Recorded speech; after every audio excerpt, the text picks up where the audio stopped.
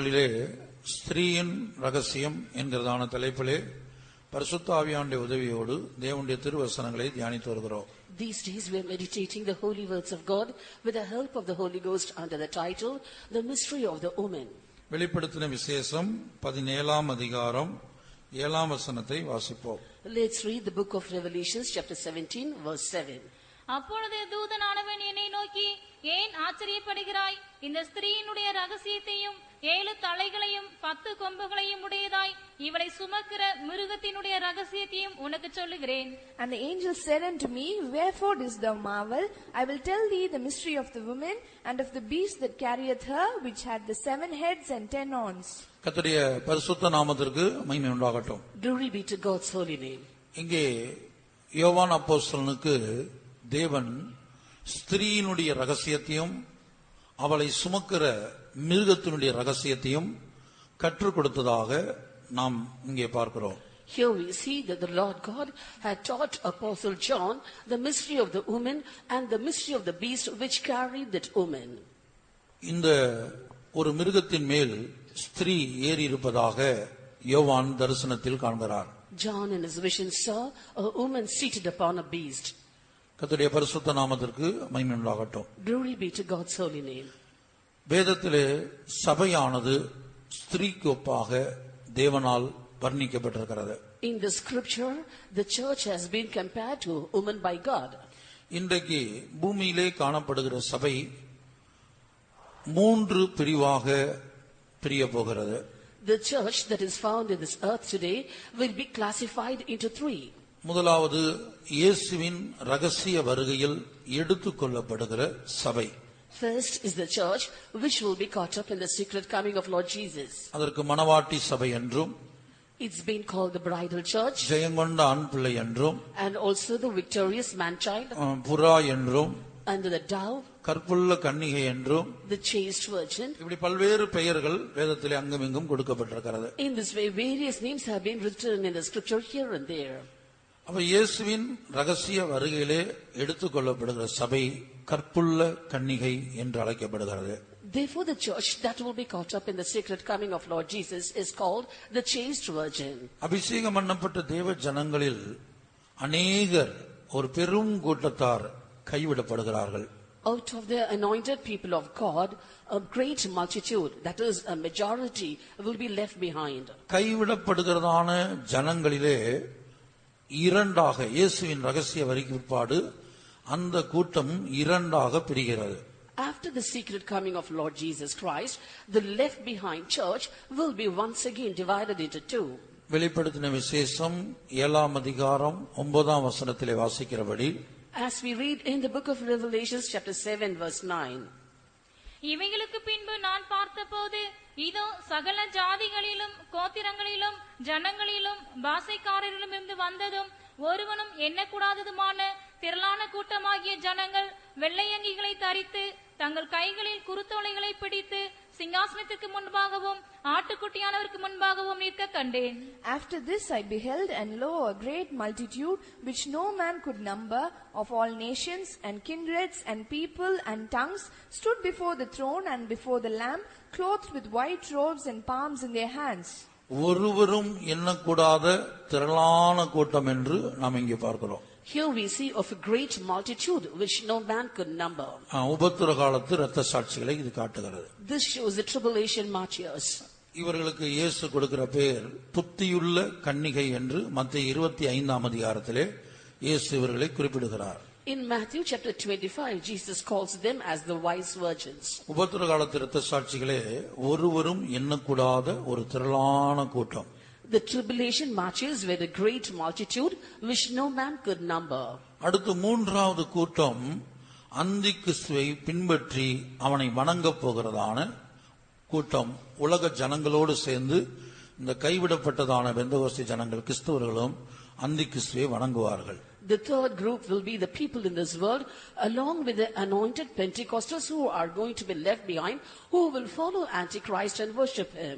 இந்த மூன்றாவது கூட்டத்தார் தான் மிருகத்தின் மேல் ஏறி இருக்கிற ஸ்திரீயாய் இருக்கிறார்கள்.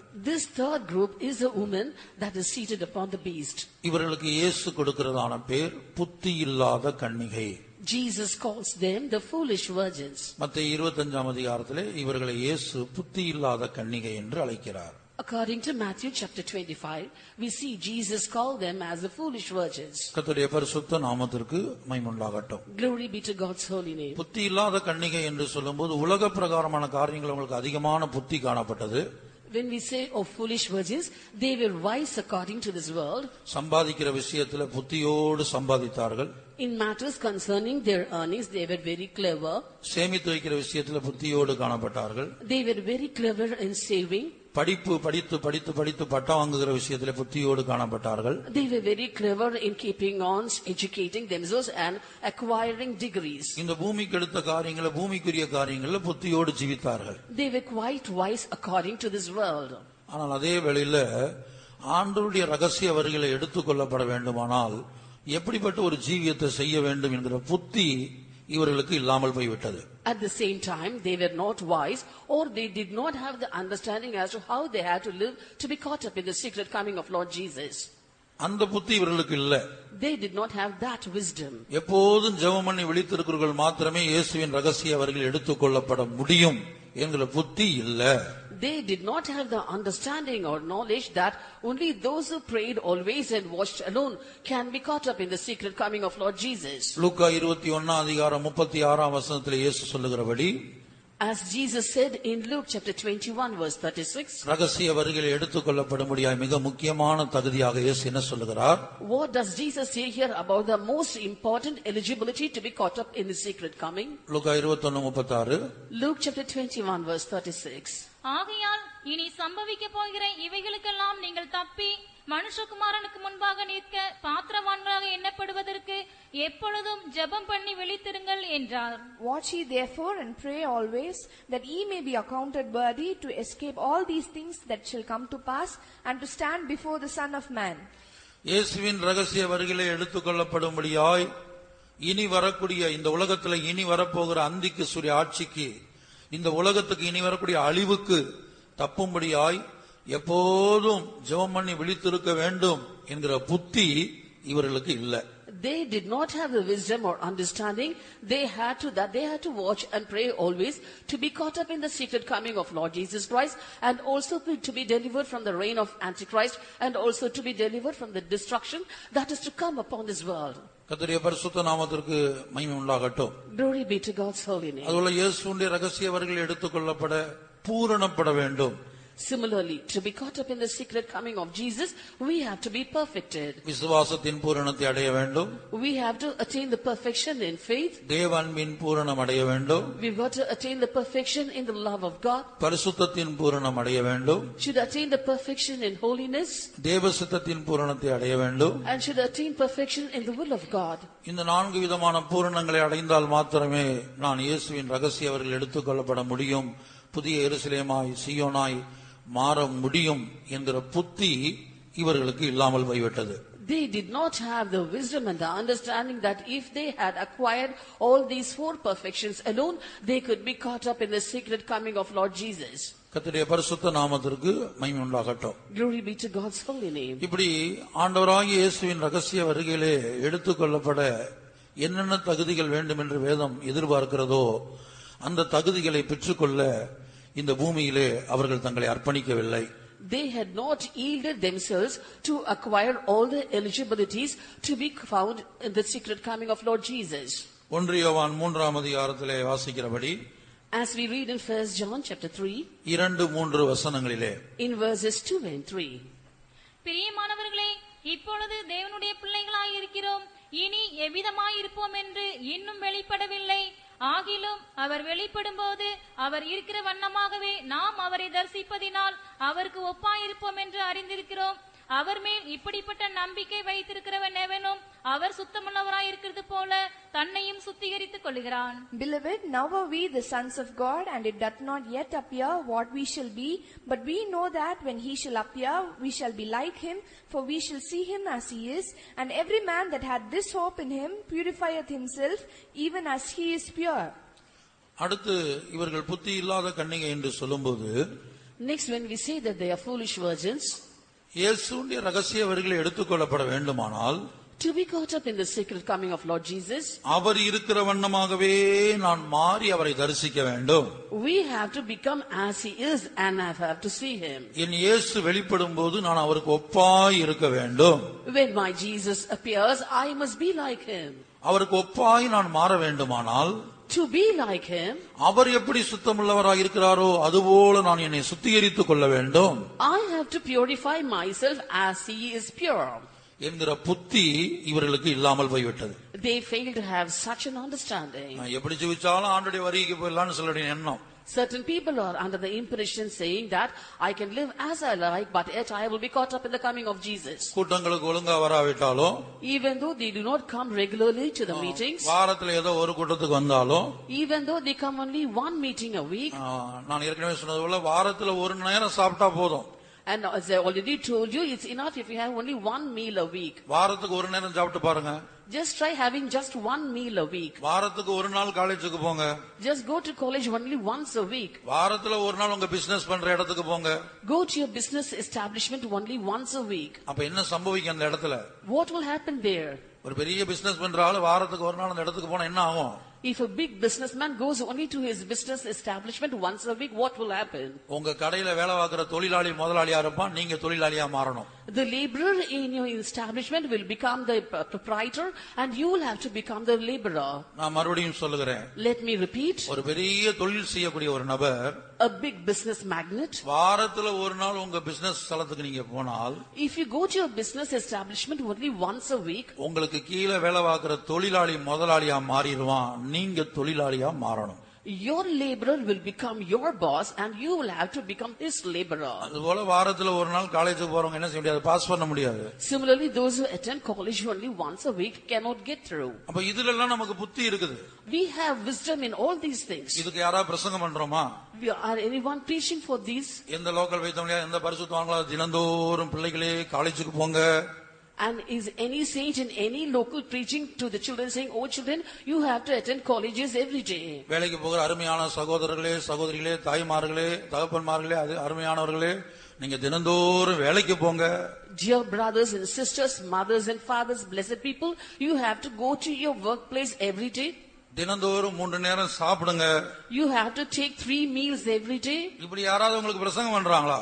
Is anyone preaching like this to you? அப்ப புத்தி தெளிவா இருக்கு இந்த விஷயத்துல. You're very clear in this matter. நீங்களே என்ன செய்றீங்க? புத்தியோடு நடந்து கொள்றீங்க. You yourself act cleverly. 8 மணி நேரம் வேலை பார்த்தா போதாதுன்னு சிலர் 20 மணி நேரம் வேலை பார்க்கறவங்களும் இருக்காங்க. And certain people are not content with 8-hour work per day and they labor for 20 hours a day. 8 மணி நேரம் படிச்சா நல்ல மார்க் எடுக்க முடியாதுன்னு 20 மணி நேரம் படிக்க கூடியவங்க இருக்காங்க. There are children who are not content with 8 hours of study to get good marks and they study for 20 hours. இதுலெல்லாம் தெளிந்த புத்தி இருக்குது. In these things they are very clear and wise. ஆண்டவருடைய ரகசிய வருகையில் எடுத்துக்கொள்ளப்பட வேண்டுமானா நான் அவரை போல மாறணும். To be caught up in the secret coming of the Lord, I have to become like him. இப்ப நம்ம வாசித்த வசனம் அதுதான் சொல்லுது. 1 யோவான் 3ஆம் அதிகாரம் 2-3 வசனத்துல இந்த வசனம் நம்மிடத்துல என்ன எதிர்பார்க்கிறது? And we read 1 John chapter 3 verses 2 and 3. What do these verses expect from us?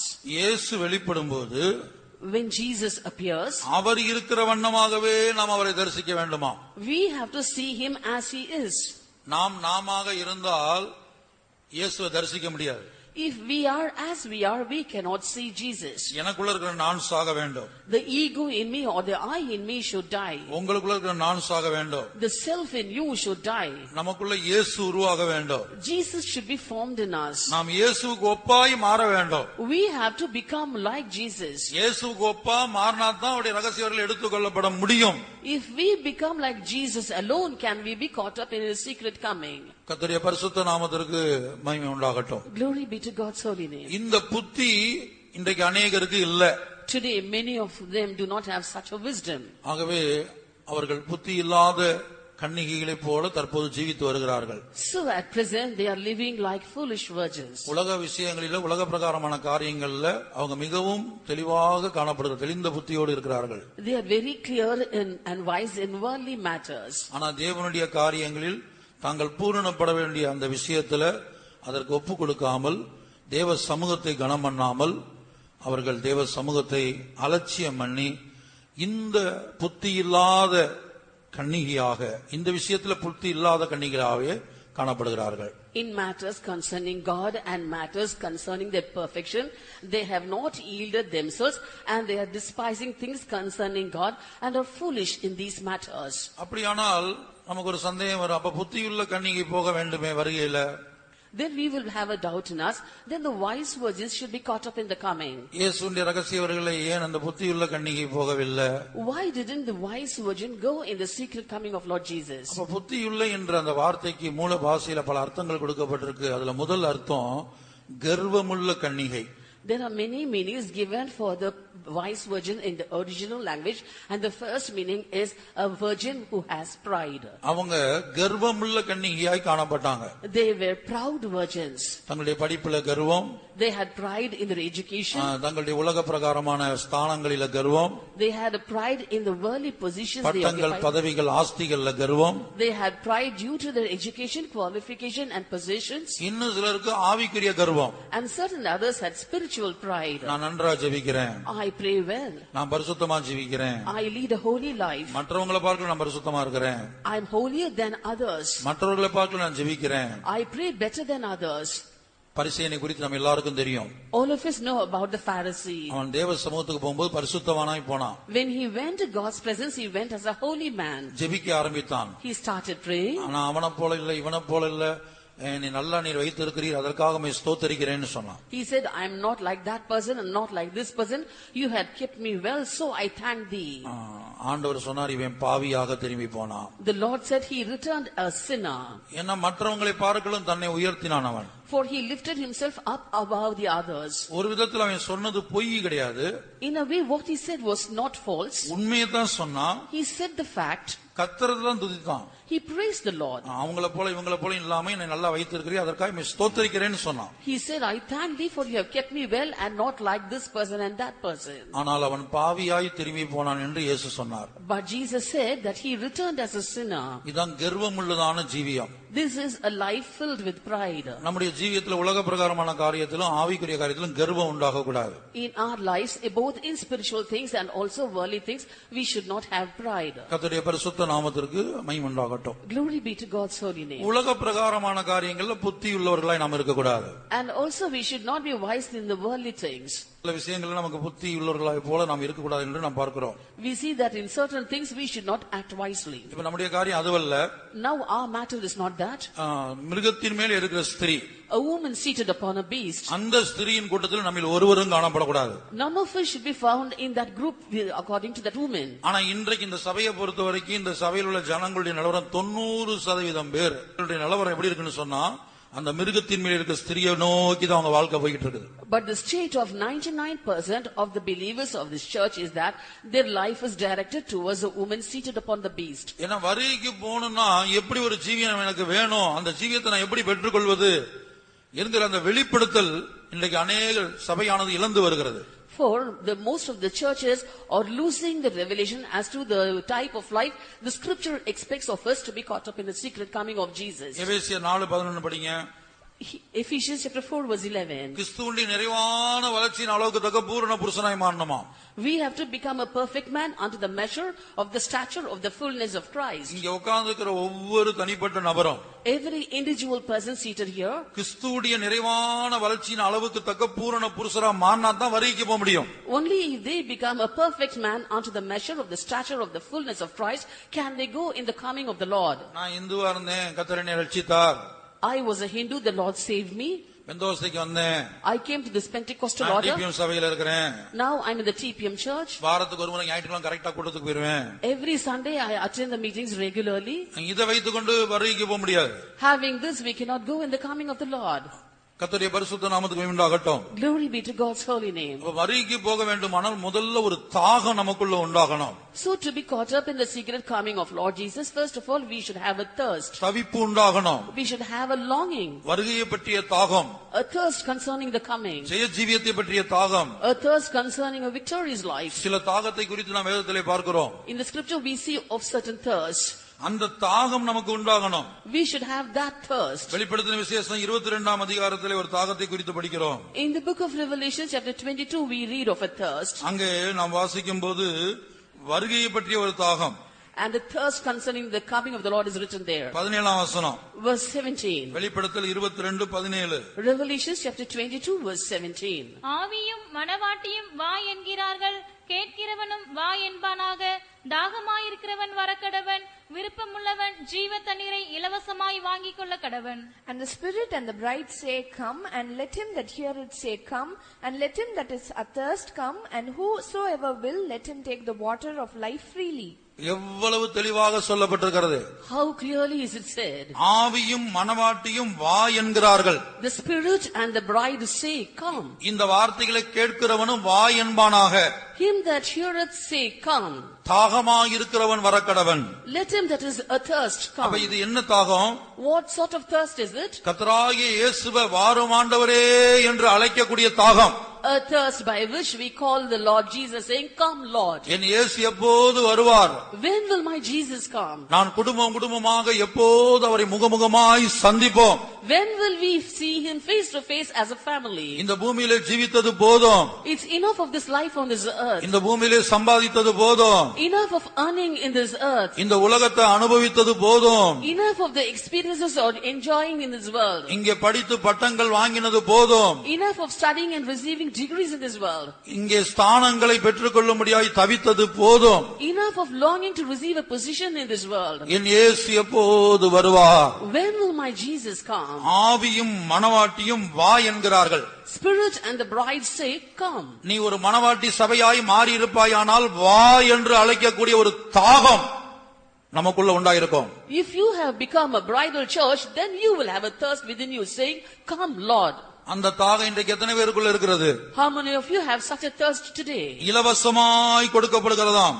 It can be given freely. விருப்பமுள்ளவன் ஜீவ தண்ணீரை இலவசமாய் வாங்கிக் கொள்ள கடவன். Whosoever will, let him take the water of life freely. இந்த ஜீவ தண்ணீருக்கு பல்வேறு அர்த்தங்கள் இருக்கிறது. This water of life has got various meanings. இது இலவசமாய் கொடுக்கப்படுகிறது. It's been given freely. பாவ மன்னிப்பு இலவசமாய் கொடுக்கப்படுகிறது. Remission of sins is given freely. இந்த கிருபையின் காலத்துல கர்த்தர் எந்த பாவத்தையும் மன்னிக்க ஆயத்தமுள்ளவராயிருக்கிறார். In this dispensation of grace, the Lord is ready and willing to forgive any sort of sin. எப்பேற்பட்ட பாவியையும், Even a great sinner, அவனுடைய வாழ்க்கையில எந்த பாவம் இருந்தாலும் whatever sin may be found in his life, இந்த கிருபையின் காலத்துல அவனை மன்னிக்க இலவசமாய் மன்னிப்பை கொடுக்கிறார். in this dispensation of grace, he is extending pardon free of cost. ஆனால் இந்த மன்னிப்புக்கு ஒரு முடிவு வருகிறது. But an end is coming for this pardon. தேவன் மனிதனுக்கு கொடுக்கிற பாவ மன்னிப்புக்கு ஒரு முடிவு வருகிறது. An end is coming to the remission of sins extended by God to man. எப்போது அந்த முடிவு வருகிறது? When will that end come? இயேசுவின் ரகசிய வருகையோடு அதுக்கு முடிவு வருகிறது. With the secret coming of Jesus comes an end. அந்திக்கிறிஸ்துவின் ஆட்சியில பாவ மன்னிப்புக்கு அங்க வேலை இல்ல. During the reign of Antichrist, there is no work for the pardon of sins. அங்க உட்கார்ந்து நீங்க பாவ மன்னிப்பு கேட்டுக்கொண்டு இருக்க முடியாது. Sitting there, you cannot ask forgiveness of sins. கைவிடப்பட்ட ஒருவரும் பாவ மன்னிப்பு அந்த நாட்களில் கேட்டுக்கொண்டு இருக்க முடியாது. And those who have been left behind cannot ask pardon on those days. அன்றைக்கு ஒரே வாய்ப்பு அந்திக்கிறிஸ்துவை எதிர்த்து நின்று போராடி சாகணும். The only option left for you on that day will be that you have to resist Antichrist, strive against him and die. அந்திக்கிறிஸ்துவை எதிர்த்து போராடி வாழ்வதற்கல்ல சாவணும். You have to resist Antichrist and not live, but you got to die. அந்திக்கிறிஸ்து ஆட்சியில வாழ்றதுக்கு ப்ரமோஷனுக்கு அங்க வேலை இல்ல. In the day of, or in the reign of Antichrist, there is no chance for you to live or for a promotion. எப்படியாயிலும் போராடி சாகணும். Somehow you got to strive and die. கர்த்தருடைய பரிசுத்த நாமத்துக்கு மகிமை உண்டாகட்டும். Glory be to God's holy name. அப்ப இங்க நாம் பார்க்கும்போது தாகமாக இருக்கிறவன் வரக்கடவன். Here it is written, whosoever is the thirst, let him come. இந்த ஜீவ தண்ணீர் இலவசமாய் கிடைக்கிறது. The water of life is given freely.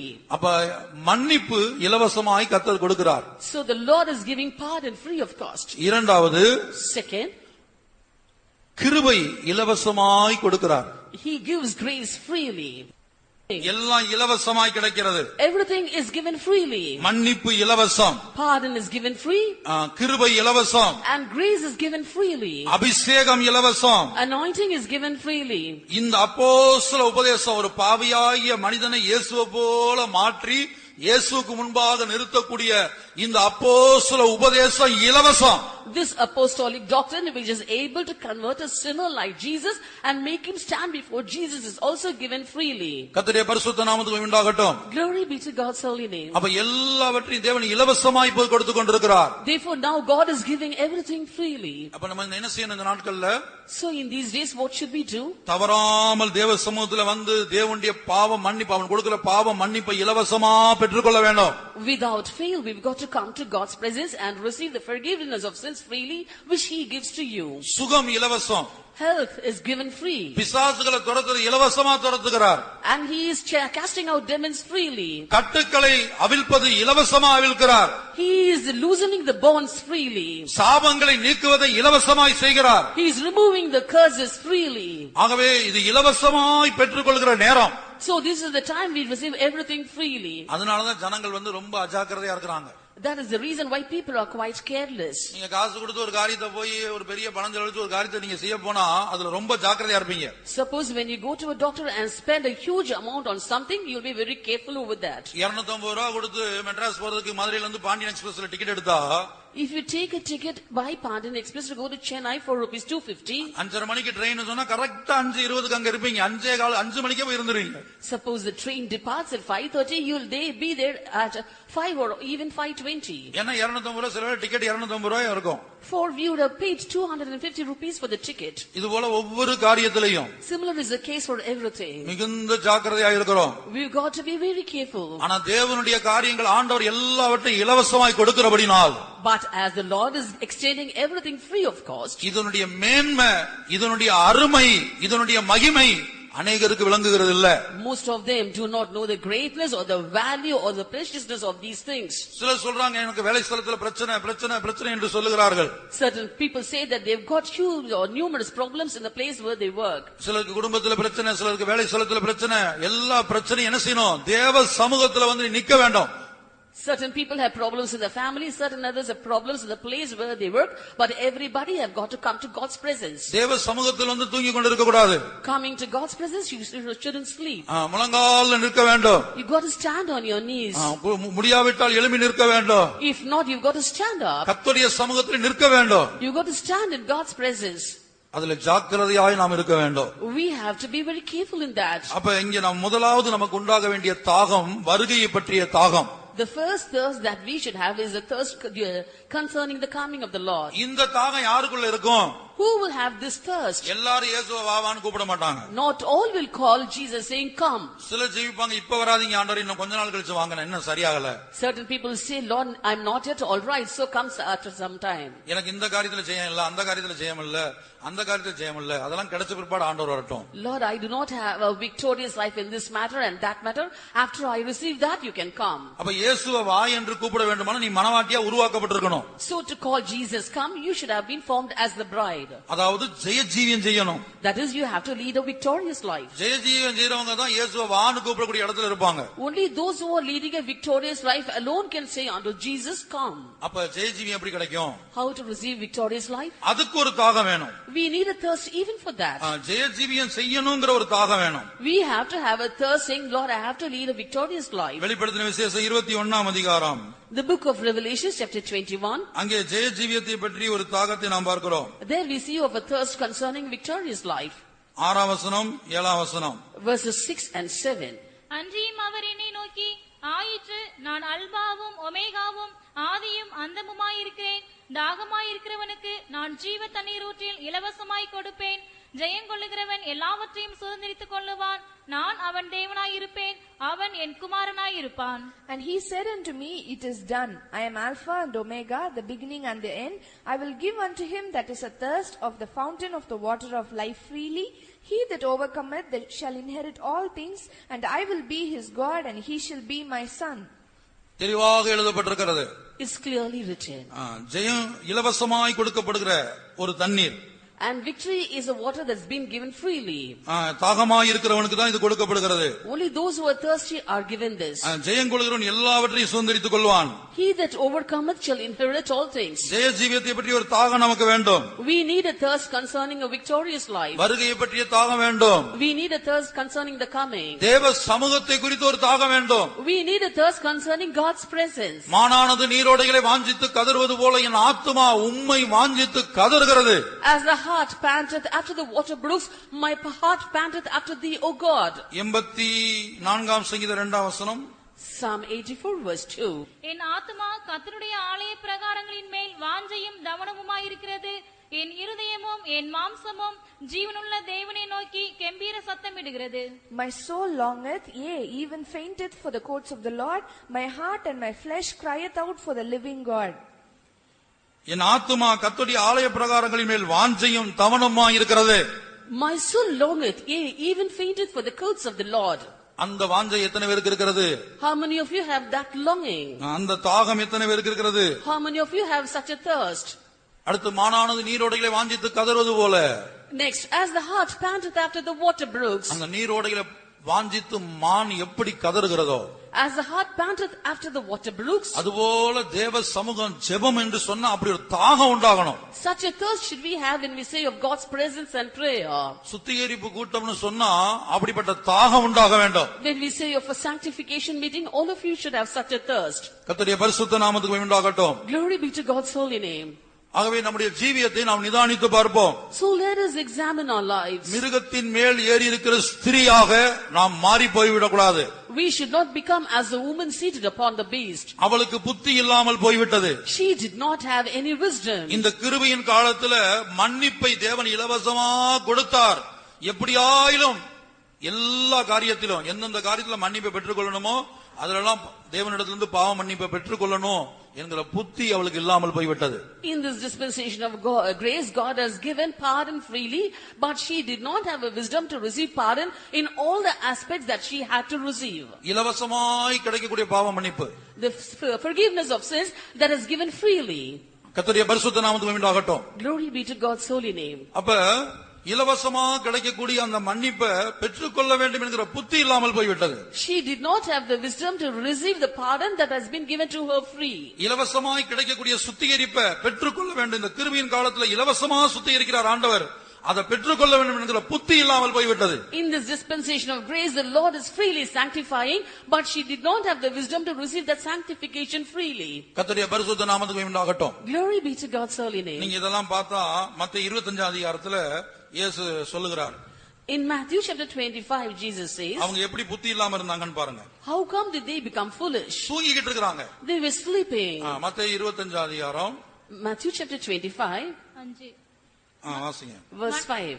மணவாளன் வர தாமதித்த போது அவர்கள் எல்லாரும் நித்திரை மயக்கமடைந்து தூங்கிவிட்டார்கள். While the bridegroom tarried, they all slumbered and slept. எல்லாரும் நித்திரை மயக்கத்துல இருக்கிறாங்க. Everybody were sleeping. நடுராத்திரில இதோ மணவாளன் வருகிறார். At midnight the bridegroom came. நான் ஏற்கனவே சொன்னது போல, As I told earlier, இதை அநேகர் இயேசுவின் ரகசிய வருகை என்று நினைத்துக் கொண்டிருக்கிறாங்க. many are thinking that this is a secret coming of Jesus. இயேசுவின் ரகசிய வருகை, இரண்டாம் வருகை, இயேசுவின் இரண்டாம் வருகை 3 கட்டமாக வேதத்திலே கூறப்பட்டிருக்கிறது. The second coming of Lord Jesus Christ has been divided into 3 according to the scripture. முதலாவது இயேசுவின் ரகசிய வருகை. First is the secret advent of Jesus. இரண்டாவது அவருடைய ரகசிய வருகைக்கு பிற்பாடு இந்த உலகத்துல 7 வருட உபத்திரம் உண்டாயிருக்கும். Next, after his secret coming, there will be a 7-year tribulation period in this world. முதல் 3 வருட உபத்திரவத்தின் முடிவில உபத்திர காலத்து இரத்த சாட்சிகளை சேர்க்கும்படியாய் வருகிறார். அதுதான் நடுராத்திரியிலே அவர் வருகிறார் என்று எழுதப்பட்டிருக்கிறது. At the end of the first 3.5-year period, Jesus comes to gather the tribulation martyrs. That has been written here as he comes at midnight. ஏனென்றால் அந்திகிறிஸ்துவின் ஆட்சியை இயேசு சொல்லும்போது ஒருவரும் கிரியை செய்யக்கூடாத ராக்காலம் என்று அழைக்கிறார். For Jesus calls the reign of Antichrist as a night where no man can work. அந்திகிறிஸ்துவின் ஆட்சி ராக்காலம் என்று அழைக்கப்படுகிறது. The reign of Antichrist has been called as the night. அந்த ராக்காலம் 7 வருடம் காணப்படும். That night will extend for 7 years. அதுல நடுராத்திரியிலே அவர் வருகிறார். At midnight Jesus comes. அது எதை வெளிப்படுத்துதுன்னா முதல் 3 வருட உபத்திரவத்தின் முடிவில உபத்திர காலத்து இரத்த சாட்சிகளை சேர்க்கும்படி வருகிறார். அது வெளிப்படுத்தின விசேஷம் 14ஆம் அதிகாரம் 14 வசனத்தில் எழுதப்பட்டிருக்கிறது. And Jesus comes at midnight. It shows Jesus comes to gather the tribulation martyrs at midnight. That is at the end of first 3.5 year of the Antichrist reign. That's been written in the book of Revelation chapter 14 verse 14. இதற்கு மற்றொரு பேர் அறுவடை என்று அழைக்கப்படுகிறது. It's also called as the harvest. அடுத்தபடியாக 7 வருட உபத்திரவத்தின் முடிவில் யாரெல்லாம் இயேசுவின் ரகசியர்கள் எடுத்துக்கொள்ளப்பட்டாங்களோ அவங்களும் இயேசுவும் சேர்ந்து, அதாவது இயேசுவும் மனவாட்டி சபையும் சேர்ந்து இந்த பூமிக்கு இறங்கி வர்றாங்க அந்திகிறிஸ்துவோட யுத்தம் பண்ணும்படியாக. Next, at the end of 7 years, the bridal church that has been caught up in the secret coming of Lord Jesus Christ will come along with Lord Jesus Christ down to this earth to fight against Antichrist. ஒலிவ மலையில வந்து இயேசுவும் ஜெயங்கொண்ட சபையும் மனவாட்டி சபையும் வந்து இறங்கி ஒலிவ மலையில இறங்கி அர்மகதோனுக்கு போறாங்க யுத்தம் பண்ணும்படியாக. And Jesus and the bridal church or the victorious church will descend upon Mount of Olives and go to the battle of Armageddon. ஆகவே இயேசுவின் இரண்டாம் வருகை என்று கேட்டால் அது 3 கட்டம். இந்த 3 கட்டத்தையும் சொல்றதுக்கு ரெடியா இருக்கணும். Therefore, when we ask about the second coming of Jesus, it's in 3 stages. You must be prepared to tell all those 3 stages. சத்தியத்தை அறிவீர்கள், சத்தியம் உங்களை விடுதலையாக்கும். Thou shalt know the truth, and the truth shall set you free. எந்த சத்தியத்தை கேட்டாலும் எனக்கு தெரியாதுன்னு சொல்லக்கூடாது. You shouldn't say, I do not know, whenever the truth has been asked unto you. கவனமா கவனித்து மனதில் பதிக்க வேண்டும். You have to carefully listen to all these things and get it hardwired in your brain. இங்க நாம் பார்க்கும்போது நடுராத்திரியிலே மணவாளன் வருகிறார். Here we see that the bridegroom came at midnight. அப்ப அவங்க என்ன செய்றாங்க? What did they do? வாசிங்க. நடுராத்திரியிலே இதோ மணவாளன் வருகிறார், அவருக்கு எதிர்கொண்டு போக புறப்படுங்கள் என்கிற சத்தம் உண்டாயிற்று. அப்பொழுது அந்த கன்னிகைகள் எல்லாரும் எழுந்திருந்து தங்கள் தீவட்டிகளை ஆயத்தப்படுத்தினார்கள். புத்தி இல்லாதவர்கள் புத்தியுள்ளவர்களை நோக்கி, உங்கள் எண்ணெயில் எங்களுக்கு கொஞ்சம் கொடுங்கள், எங்கள் தீவட்டிகள் அணைந்து போகிறதே என்றார்கள். புத்தியுள்ளவர்கள் பிரதித்துரமாக, அப்படியல்ல, எங்களுக்கும் உங்களுக்கும் போதாமல் இராதபடி நீங்கள் விற்கிறவர்களிடத்தில் போய் உங்களுக்காக வாங்கிக் கொள்ளுங்கள் என்றார்கள். அப்படியே அவர்கள் வாங்க போன போது மணவாளன் வந்துவிட்டார். ஆயத்தமாய் இருந்தவர்கள் அவரோடு கூட கல்யாண வீட்டிற்குள் பிரவேசித்தார்கள். கதவும் அடைக்கப்பட்டது. பின்பு மற்ற கன்னிகைகளும் வந்து, ஆண்டவரே ஆண்டவரே, எங்களுக்கு திறக்க வேண்டும் என்றார்கள். அதற்கு அவர், உங்களை அறியேன் என்று மெய்யாகவே உங்களுக்கு சொல்லுகிறேன் என்றார். And at midnight there was a cry made, Behold, the bridegroom cometh, go ye out to meet him. Then all those virgins arose and trimmed their lamps. And the foolish said unto the wise, Give us of your oil, for our lamps are gone out. But the wise answered, saying, Not so, lest there be not enough for us and you. But go ye rather to them that sell, and buy for yourself. And while they went to buy, the bridegroom came, and they that were ready went in with him to the marriage, and the door was shut. Afterward came also the other virgins, saying, Lord, Lord, open to us. But he answered and said, Verily I say unto you, I know you not. இங்க பாருங்க, கையில தீவட்டி இருக்குது. They had the lamps in their hands. இவங்க யாருன்னு கேட்டால் இயேசுவின் ரகசியர்களே கைவிடப்பட்ட அந்த 2 group. These are the 2 groups which are being left behind in the secret coming of Jesus. ஒரு கூட்டம் புத்தியுள்ள கன்னிகை, அவங்க தான் உபத்திரவ காலத்து இரத்த சாட்சிகளாய் மரிக்க போகிறவங்க. Out of that one group will be the wise virgins who will die as martyrs during the period of tribulation. அவங்க இயேசுவின் ரகசியர்களே கைவிடப்பட்ட போதே ஜாக்கிரதை ஆயிட்டாங்க, உஷாராயிட்டாங்க. And as soon as they were left behind in the secret coming of Lord Jesus Christ itself, they became alert. இன்னைக்கு अनेक தேவனுடைய பிள்ளைகளுக்கு உணர்வே கிடையாது. Today many people of God do not have that understanding at all. வருகையை பற்றிய உணர்வு இல்ல. They do not have the understanding about the coming of the Lord. Aadhaar card கையில வாங்கின பிற்பாடும் கூட உணர்வு இல்ல. After receiving the Aadhaar cards in their hand too, they haven't got any understanding about that. தேவனுடைய தீர்க்கதரிசனம் படிப்படியாய் நிறைவேறி வருகிறது. The prophecies of God are being fulfilled stage by stage. ஒரு அந்திகிறிஸ்துவின் ஆட்சிக்கு முழு உலகமும் ஆயத்தப்பட்டு கொண்டிருக்கிறது. The whole world is gearing up for the reign of Antichrist. Technology அபரிதமாய் வளர்ந்து கொண்டிருக்கிறது. Technology is growing in a fast pace. அப்ப வந்து ஆண்டவர் சீக்கிரம் வரப்போகிறார்ங்கற உணர்வு இல்ல. They do not have an understanding that the Lord is going to come soon. அந்த நோவாவின் நாட்களில் ஜீவித்த ஜனங்களை போல அந்த ஜலம் வந்து தேவனுடைய நியாய தீர்ப்பு, அந்த ஜலம் வந்து வாரிக்கொண்டு போகிற வரைக்கும் உணராது இருந்தார்களாம். And they were like the people who lived during the days of Noah, who were without understanding until the floods came and wiped them away.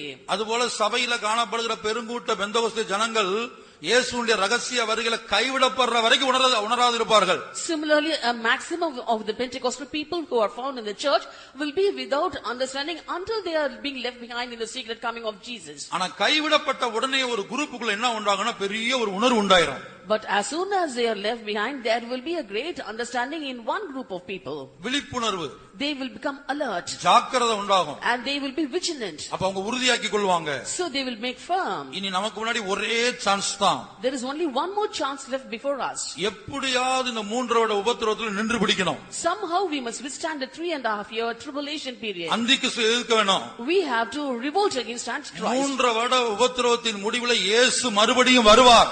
At the end of the 3.5 year tribulation period, surely Jesus will come. எப்படியாயிலும் இரத்த சாட்சியாய் மரித்து நான் அவரோடு போயிரணும். Somehow I must be martyred in the period of tribulation and must go with him.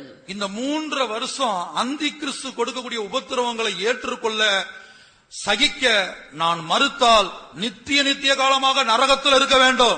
In this 3.5 year tribulation period, if I refuse to be persecuted by Antichrist, then eternally I'll have to be in hell.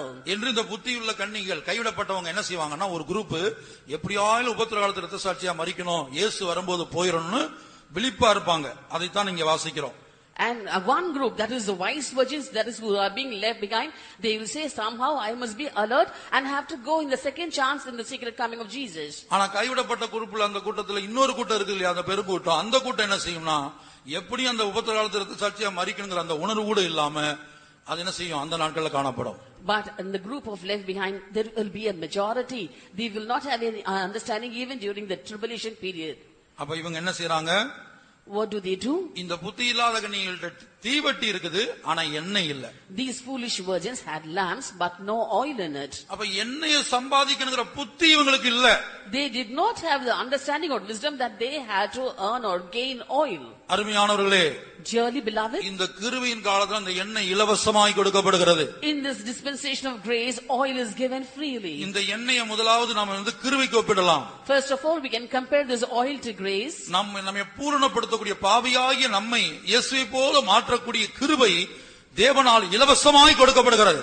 The grace which is able to convert a sinner like me into like Jesus is being given freely by God. ஒவ்வொரு நாளும் இந்த கிருபைக்காக காத்திருந்து தவித்து இந்த கிருபையை நாம் பெற்றுக்கொள்ள வேண்டும்.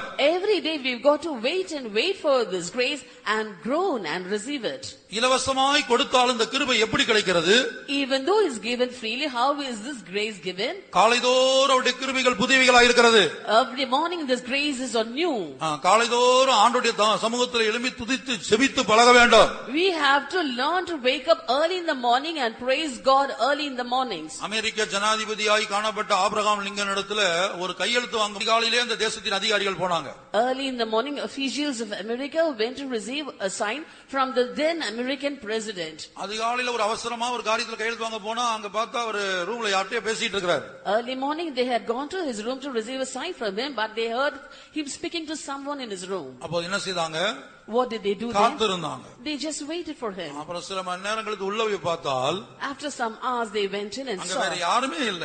no one else was there. அப்போ கேட்டாங்க, இவ்வளவு நேரம் நீங்க பேசிட்டு இருந்தீங்க, யார்ட்ட பேசிட்டு இருந்தீங்க? Then they asked him, till now we heard you speak to someone, to whom were you speaking? அப்போ அவர் சொன்னாரா, என் தாய் சிறு வயதில சொல்லிக் கொடுத்தார்கள், முதலாவது அதிகாலையில எழும்பி தேவனோடு பேச வேண்டும், அதுக்கப்புறம் தான் மனிதரிடத்துல பேச வேண்டும். Then he said, when I was a child, my mother taught me that every morning first I have to speak to my God, only then can I speak to men, and I'm following it. சாதாரண நிலவரத்தில் இருக்கும்போது மாத்திரமல்ல, அமெரிக்க ஜனாதிபதியா மாறின போதும் கூட அந்த அதிகால ஸ்தோத்திர ஜெபத்தை தவற விட்டது இல்லையா?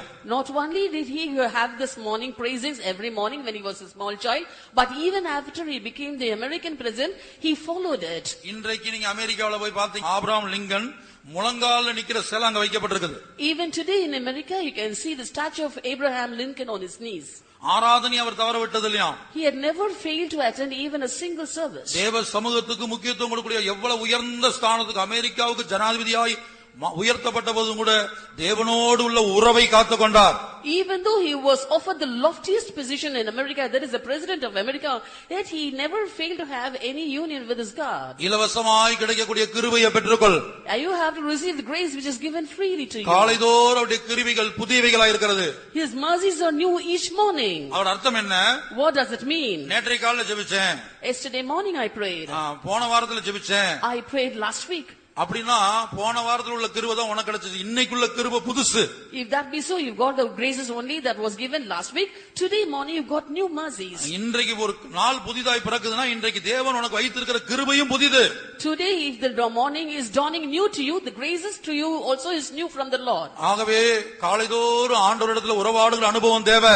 Therefore, you need the experience of speaking with your Lord every morning. இந்த எண்ணெய் இலவசமாய் தேவன் கொடுக்கிறார். The Lord is giving you this oil freely. ஆனா இந்த புத்தி இல்லாத கன்னி இருக்குது. But this foolish virgin, you see, இந்த எண்ணெயை பெற்றுக்கொள்ற விஷயத்துல ஜாக்கிரதையா இல்ல. was not careful in having this oil. கர்த்தருடைய பரிசுத்த நாமத்துக்கு உண்டாகட்டும். Glory be to God's holy name. அப்ப இங்க ஒரு புத்தியுள்ள கூட்டம் இருக்குது. There is a wise group here. அவங்க உபத்திர காலத்துல இருந்த சாட்சிங்க. They are tribulation martyrs. அவங்கட்ட எண்ணெய் இருக்குது. They had the oil. பின்னையே அவங்க கைவிடப்பட்டாங்க. Why were they left behind then? அவங்க கைவிடப்பட காரணம் என்ன? What's the reason for them to be left behind? அவங்களுக்கு கிருபை இருந்தது. They had grace. தாங்கள் பெற்றுக்கொண்ட கிருபையை மற்றவங்களுக்கு கொடுக்கக்கூடிய இருதயம் இல்ல. But they did not have the heart to give the grace that they received to others also. தாங்கள் இலவசமாய் பெற்றுக்கொண்ட பாவ மன்னிப்பை மற்றவங்களுக்கு அறிவிக்கல, கூட வேலை பார்த்தவங்களுக்கு சொல்லி கொடுக்கல, கூட படிக்கிறவங்களுக்கு சொல்லி கொடுக்கல. They had received pardon freely, but they did not teach that the people who were studying with them and also to their colleagues. அதைத்தான் இங்க நான் வாசிக்கிறோம். அவங்களுக்கு அந்த சுபாவம் இல்ல. மற்றவங்க கேட்கறாங்க, இந்த புத்தி இல்லாதவர்கள் எங்களுக்கு கொஞ்சம் எண்ணெய் கொடுங்க, எங்களுக்கு கொஞ்சம் எண்ணெய் கொடுங்கன்னு கேட்டபோது, இல்ல உங்களுக்கு நாங்க தரமாட்டோம், உங்களுக்கு நாங்க கொடுத்தாச்சுன்னா எங்களுடைய எண்ணெய் இல்லாம போயிரும். இதான் அவங்களுடைய அறிவு, இதான் அவங்களுடைய புத்தி. When the foolish virgins came and asked them oil, they said, not so, because we do not have enough, and if we give that to you, we will not be having enough. That was the understanding of the wisdom that they had. இன்றைக்கு சிலர் அந்த புத்தியோடு இருக்கிறார்கள். Even today, certain people are found with such an understanding. நான் மாத்திரம் மன்னிப்பை கொண்டு பெற்றுக்கொண்டால் போதும். It's enough if I alone receive pardon. நான் மாத்திரம் ரட்சிப்பை பெற்றுக்கொண்டால் போதும். It's enough if I alone am saved. என் குடும்பம் மாத்திரம் ஆசீர்வதிக்கப்பட்டால் போதும். It's enough if my family alone is being blessed. ஊழியக்காரங்க எங்களுக்கு மட்டும் ஜெபிச்சா போதும். It's enough if the workers of God pray for us alone. அந்த சவுல் சொல்றான் பாருங்க. As Saul said, தாவீதுக்கு நீ எப்படி ஜெபிக்கலாம்? how can you pray for David? சவுலுக்கும் தாவீதுக்கும் பிடிக்காது.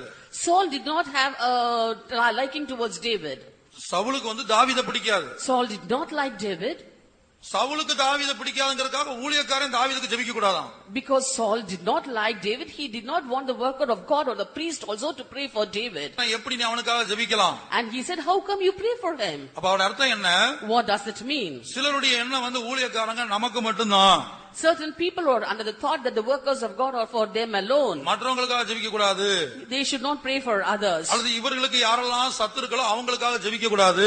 Or if somebody is an enemy to them, the worker of God should not pray for them. சில விசுவாசிகள் யாரோடு பேசாம இருக்காங்களோ அவங்களோட ஊழியக்காரங்களும் பேசக்கூடாது.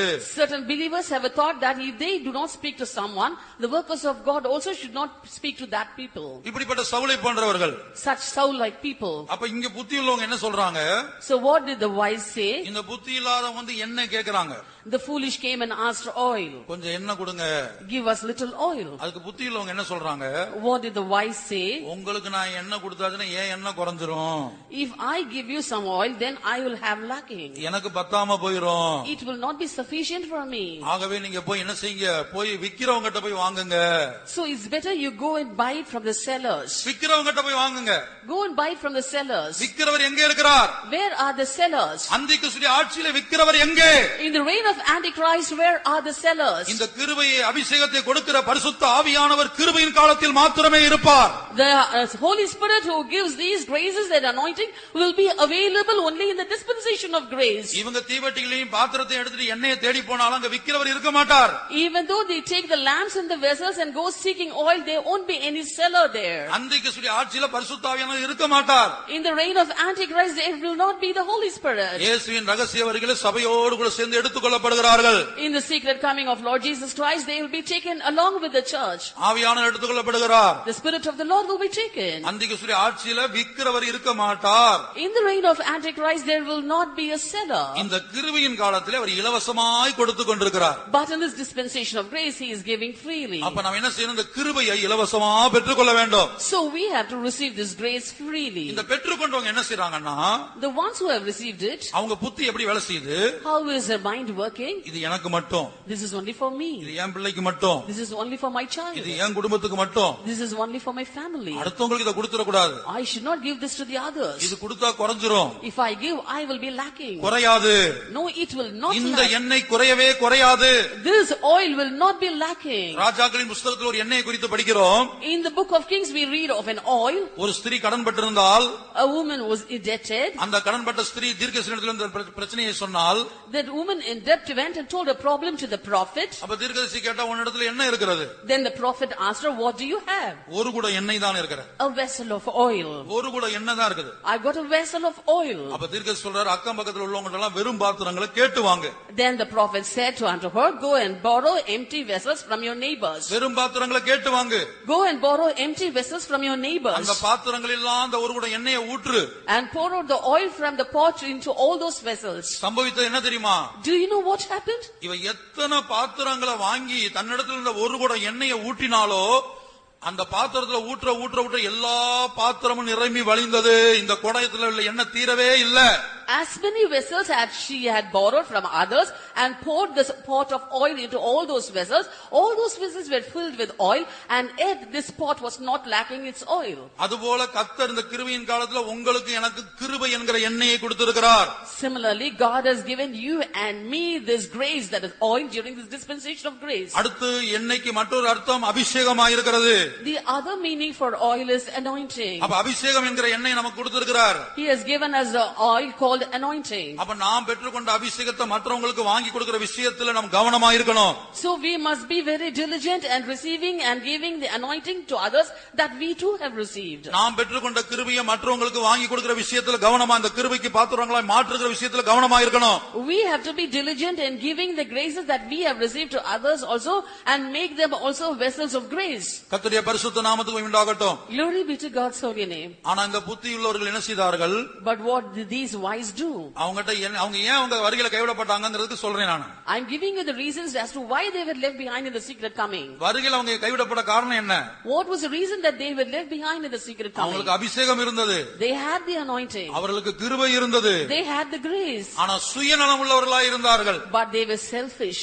தங்களுடைய சொந்த நலத்தை மாத்திரமே குறித்து கவலைப்பட்டார்கள். They were minded about their own selves alone. ஆனால் வருகைக்கு போக வேண்டுமானால், But to be caught up in the secret coming, கிறிஸ்துவின் சிந்தை வேண்டும். you need the mind of Christ. பிலிப்பியர்ல நாம் படிக்கிறோம், We read in Philippians, அவனவன் தனக்கானவைகளை அல்ல, let not every man look on his own things, பிறனுக்கானவைகளையும் நோக்குவானாக. but every man also on the things of others. கர்த்தருடைய பரிசுத்த நாமத்துக்கு உண்டாகட்டும். Glory be to God's holy name. பிலிப்பியர்ல வாசிக்கும்போது, In Philippians we read, அவனவன் தனக்கானவைகளை அல்ல, let not every man look on his own things, பிறனுக்கானவைகளை நோக்குவானாக. but every man also on the things of others. கிறிஸ்து இயேசுவில் இந்த சிந்தையே உங்களில் இருக்க கடவுது. Let this mind be in you which was also in Christ Jesus. அப்ப இவங்க ஏன் கைவிடப்பட்டாங்கன்னு தெரியுதா? Now do you know why they were left behind? இவங்கிட்ட எண்ணெய் இருந்து ஏன் கைவிடப்பட்டாங்க? Even though they had oil, why were they left behind? அந்த புத்தியுள்ள கன்னிகைகள் ஏன் கைவிடப்பட்டாங்க? Why were the wise virgins left behind? அவங்க புத்தி என்ன? What was their thought? சுயநலம். They were selfish. நான், Myself, என் குடும்பம், my family, என் பிள்ளைகள், my children, என் சபை, my church. இப்படிப்பட்டதான புத்தி. Such a thought. மற்றவங்களை குறித்து சிந்திக்கல. They did not think about others. மற்றவங்க பிரச்சனை, Others' problems. இப்ப பாருங்க, என் பேர் கெட்டக்கூடாதுங்கிற விஷயம் ரொம்ப தெளிவா இருப்போம். We will be very careful that our name shouldn't be spoiled. என் பேர் கெட்டக்கூடாது. My name shouldn't be tarnished. அதே வேளை மற்றவங்களுடைய பேரை கெடுக்கிறதுக்கு நம்ம காரணமா இருப்போம். At the same time, we'll be the reason for others to get their name spoiled. மற்றவங்களுடைய பேர் கெட்டு போகும்போது சந்தோஷப்படுவோம். We'll be glad when others' names are being tarnished. இது கிறிஸ்துவின் சிந்தை அல்ல. This is not the mind of Christ. அப்ப புத்தியுள்ள கன்னிகைகள் ஏன் கைவிடப்பட்டார்கள் என்று சொன்னால், Therefore, the reason why the wise virgins were left behind, அவங்களுக்கு அபிஷேகம் இருந்துச்சு, they had the anointing, அவங்களுக்கு கிருபை இருந்துச்சு, they had the grace, ஆனா பெற்றுக்கொண்ட அபிஷேகத்தை அவங்க மற்றவங்களுக்கு அறிவிக்கல. but the anointing that they have received, did they not tell to others? நீங்க வேலை நிமித்தமாக முழு உலகத்துக்கும் போறீங்க. And for your cause of your job, you're going throughout the world.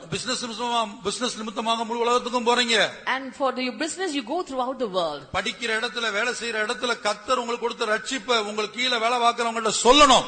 And in the place where you study and the place where you work, you have to tell of the salvation that the Lord has given you to your subordinates. இப்ப அதிகபட்சம் பாத்தீங்கன்னா உங்களுடைய குடும்பத்துல பாத்தீங்கன்னா உங்க குடும்பத்துல உள்ளவங்க இன்னும் ரட்சிக்கப்படாத எத்தனை பேர் இருப்பாங்க. And in your family itself, we can say there are so many people who are not saved.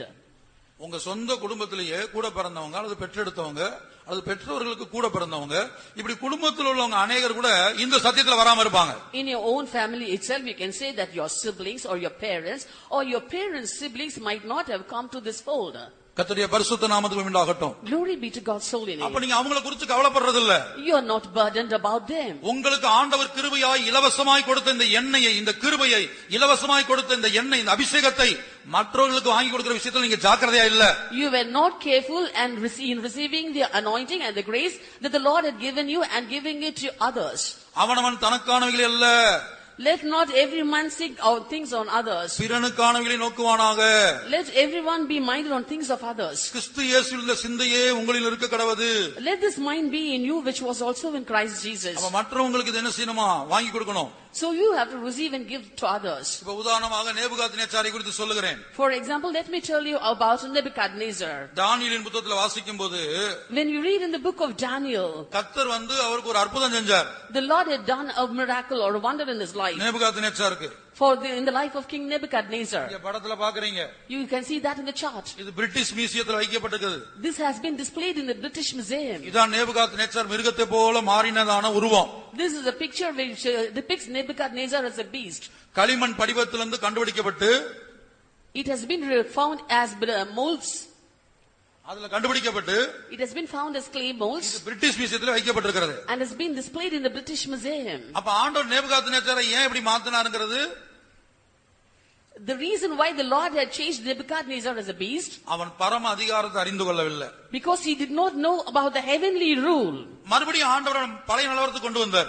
Once again the Lord brought back him to the original position. அப்ப அவன் செய்தது என்ன தெரியுமா? Do you know what he did? தானியேலின் புத்தகம் The book of Daniel, 4ஆம் அதிகாரத்துல வாசிக்கும்போது when we read in chapter 4, இந்த சம்பவம் நடைபெறுவதற்கு முன்பாகவே, even before this event happened, அதான் நேபுகாத்நேச்சார் மிருகமாய் மாறுவதற்கு முன்பாகவே, even before Nebuchadnezzar became a beast, அந்த தேவனுடைய வல்லமையை சில காரியங்களை குறித்து அவன் கண்களால் கண்டான். he was able to see through his own eyes certain things that had been showing the power of God. அவன் கண்களால் கண்ட காரியம் என்ன? What were the things that he saw by his own eyes? 7 மடங்கு சூடாக்கப்பட்ட அக்னிக்குள்ள சாத்ராக், மேசாக், ஆபேத்நேகோ தூக்கி போட்டான் Nebuchadnezzar. Nebuchadnezzar cast Shadrach, Meshach and Abednego into a superheated furnace which was heated 7 times over. ஆனா 4வது ஒரு ஆளாக பரிசுத்த ஆவியானவர் அந்த அக்னிக்குள்ள இறங்கி வந்தார். But the Holy Ghost as the 4th person came down into the fire. அவர்களை விடுவித்தார். He delivered them. அப்ப நேபுகாத்நேச்சார் என்ன செய்தான் தெரியுமா? Do you know what Nebuchadnezzar said? முழு உலகத்துல எல்லா ராஜ்யத்துக்கும் எல்லா பாஷையிலும் ஒரு கடிதம் எழுதுறான். He wrote epistles to all the nations and languages throughout the world. தானியேல் 4ஆம் அதிகாரம் 1ஆம் வசனம் முதல் படிங்க. Daniel chapter 4 verse 1 onwards. ராஜாவாகிய நேபுகாத்நேச்சார் பூமி எங்கும் குடியிருக்கிற சகல ஜனத்தாருக்கும் ஜாதியாருக்கும் பாசைக்காரருக்கும் எழுதுகிறது என்னவென்றால், உங்களுக்கு சமாதானம் பெருக கடவது. உன்னதமான தேவன் என்னிடத்தில் செய்த அடையாளங்களையும் அற்புதங்களையும் பிரசித்தப்படுத்துவது எனக்கு நன்மையாய் கண்டது. அவருடைய அடையாளங்கள் எவ்வளவு மகத்துவமும் அவருடைய அற்புதங்கள் எவ்வளவு வல்லமையுமாயிருக்கிறது. அவருடைய ராஜ்யம் நித்திய ராஜ்யம், அவருடைய ஆளுகை தலைமுறை தலைமுறையாக நிற்கும். Nebuchadnezzar the king, unto all people, nation and language that dwell in all the earth, peace be multiplied unto you. I thought it good to show the signs and wonders that the high God hath wrought toward me. How great are his signs and how mighty are his wonders. His kingdom is an everlasting kingdom and his dominion is from generation to generation. இங்க நாம் பார்க்கிறோம், Here we see முழு உலகத்துக்கும் கடிதம் எழுதுறார். he was writing a letter to the whole world. என்னுடைய தனிப்பட்ட ஜீவியத்துல தேவன் இந்த அற்புதங்களை செய்திருக்கிறார். In my personal life the Lord has done such miracles. அவருடைய அடையாளங்கள் எல்லாம் எவ்வளவு மகத்துவமானது, எவ்வளவு அற்புதமானது. How mighty are his wonders. அப்ப எல்லா ஜாதி எல்லா பாஷை முழு உலகத்துக்கு பிரசித்தப்படுத்துகிறான். So he was publishing it to all nations and all languages. அதைத்தான் சங்கீதக்காரன் சொல்லுகிறான், நான் சாவாமல் பிழைத்திருந்து கர்த்தருடைய செய்கைகளை விவரிப்பேன். That is what the psalmist says, I shall not die but live and show forth the wonders of the Lord. கர்த்தருடைய பிள்ளையே, உனக்கு கிருபையாக ஆண்டவர் இந்த எண்ணெயை கொடுத்திருக்கிறார், இலவசமாய் கொடுத்திருக்கிறார். O child of God, freely the Lord has given this oil, this anointing to you. இலவசமாய் ரட்சிப்பு கொடுக்கப்பட்டிருக்கிறது. Salvation has been given free. இலவசமாய் மன்னிப்பு கொடுக்கப்பட்டிருக்கிறது. Pardon has been given free. இலவசமாய் அபிஷேகம் கொடுக்கப்பட்டிருக்கிறது. Anointing has been given free. இலவசமாய் அப்போஸ்தல உபதேசம் கொடுக்கப்பட்டிருக்கிறது. Apostolic doctrines have been given free. அப்ப நீங்க பெற்றுக்கொண்டதை மற்றவங்கள்ட்ட ஷேர் பண்ணணும், பகிர்ந்து கொள்ளணும். So whatever you have received, you got to share it with others. பிரசித்தப்படுத்தணும். You got to publish it. மற்றவங்க ரட்சிக்கப்படுவதற்கு நீங்க ஒரு காரணமாய் மாறணும். You must be a cause for the salvation of others. ஆனா அந்த புத்தி உள்ளவங்க என்ன செஞ்சாங்கன்னா எங்களுக்கு மற்றவங்களுக்கு கொடுத்தாச்சுன்னா எங்களுக்கு குறைஞ்சு போகும். But the wise said, if we share it with others, we will have lacking. குறைஞ்சு போகாது. It will not lack. குறைஞ்சு போகுமா? Will it get reduced? குறைந்து போகாது. No, it will not get ராஜாக்களின் reduced. புத்தகத்துல வாசிங்க. In the book of Kings we read, அந்த கடன்பட்ட ஸ்திரீயினிடத்தில் தீர்க்கதரிசி என்ன சொன்னார்? what did the prophet say unto the woman who was in debt? அவட்ட ஒரு குடம் எண்ணெய் தான் இருந்தது. She had a pot of oil. வயல் வீட்டுல எல்லாத்துலயும் பாத்திரங்கள் வெறும் பாத்திரங்களை கேட்டு வாங்க சொன்னார். He said, go borrow the vessels abroad from all thy neighbors. ஏராளமான பாத்திரங்களை கேட்டு வாங்கினாள். She borrowed many empty vessels. அந்த ஒரு குடம் எண்ணெய் எல்லா பாத்திரத்திலும் வெறும் பாத்திரத்தில் ஊற்ற ஆரம்பித்தாள். And she started pouring out from the pot to all the empty vessels. எல்லா வெறும் பாத்திரங்களும் நிரம்பினது. All the empty vessels were now full.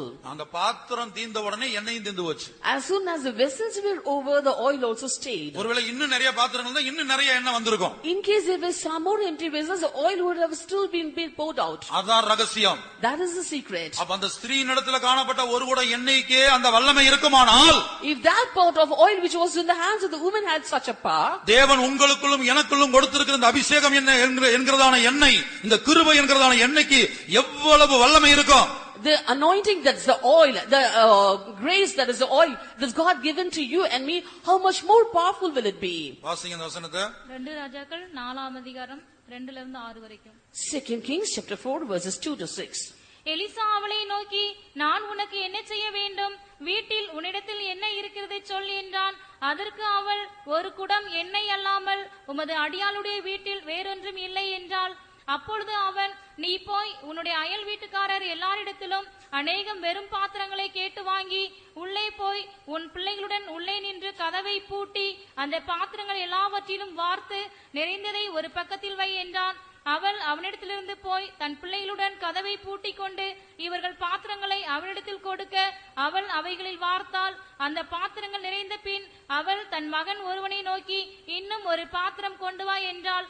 அதற்கு அவன், வேறே பாத்திரம் இல்லை என்றான். அப்பொழுது எண்ணெய் நின்று போயிற்று. And Elisha said unto her, what shall I do for thee? Tell me, what hast thou in thy house? And she said, thine handmaid hath not anything in the house save a pot of oil.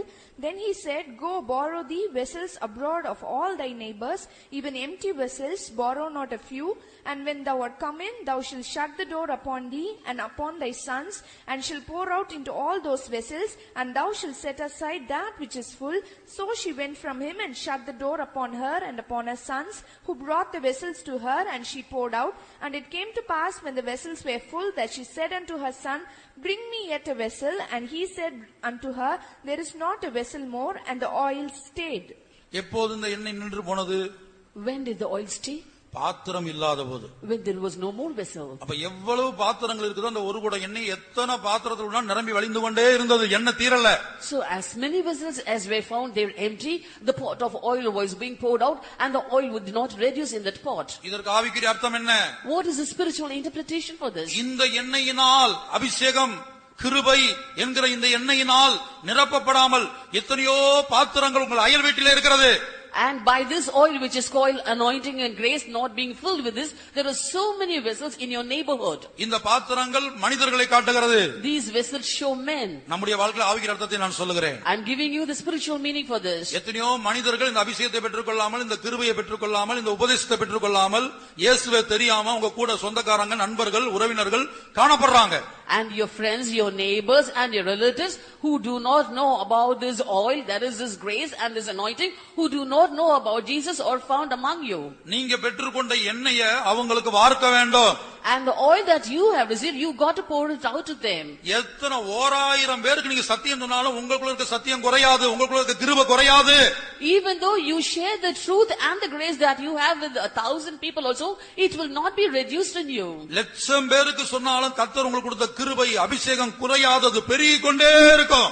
Even though you tell it to a lakh of people, the anointing and the grace that you have will not get reduced, but it will keep on abounding. ஆனா அபிஷேகம் பண்ணப்பட்ட ஜனங்கள் அநேகர் கை கைவிடப்பட காரணம் என்ன?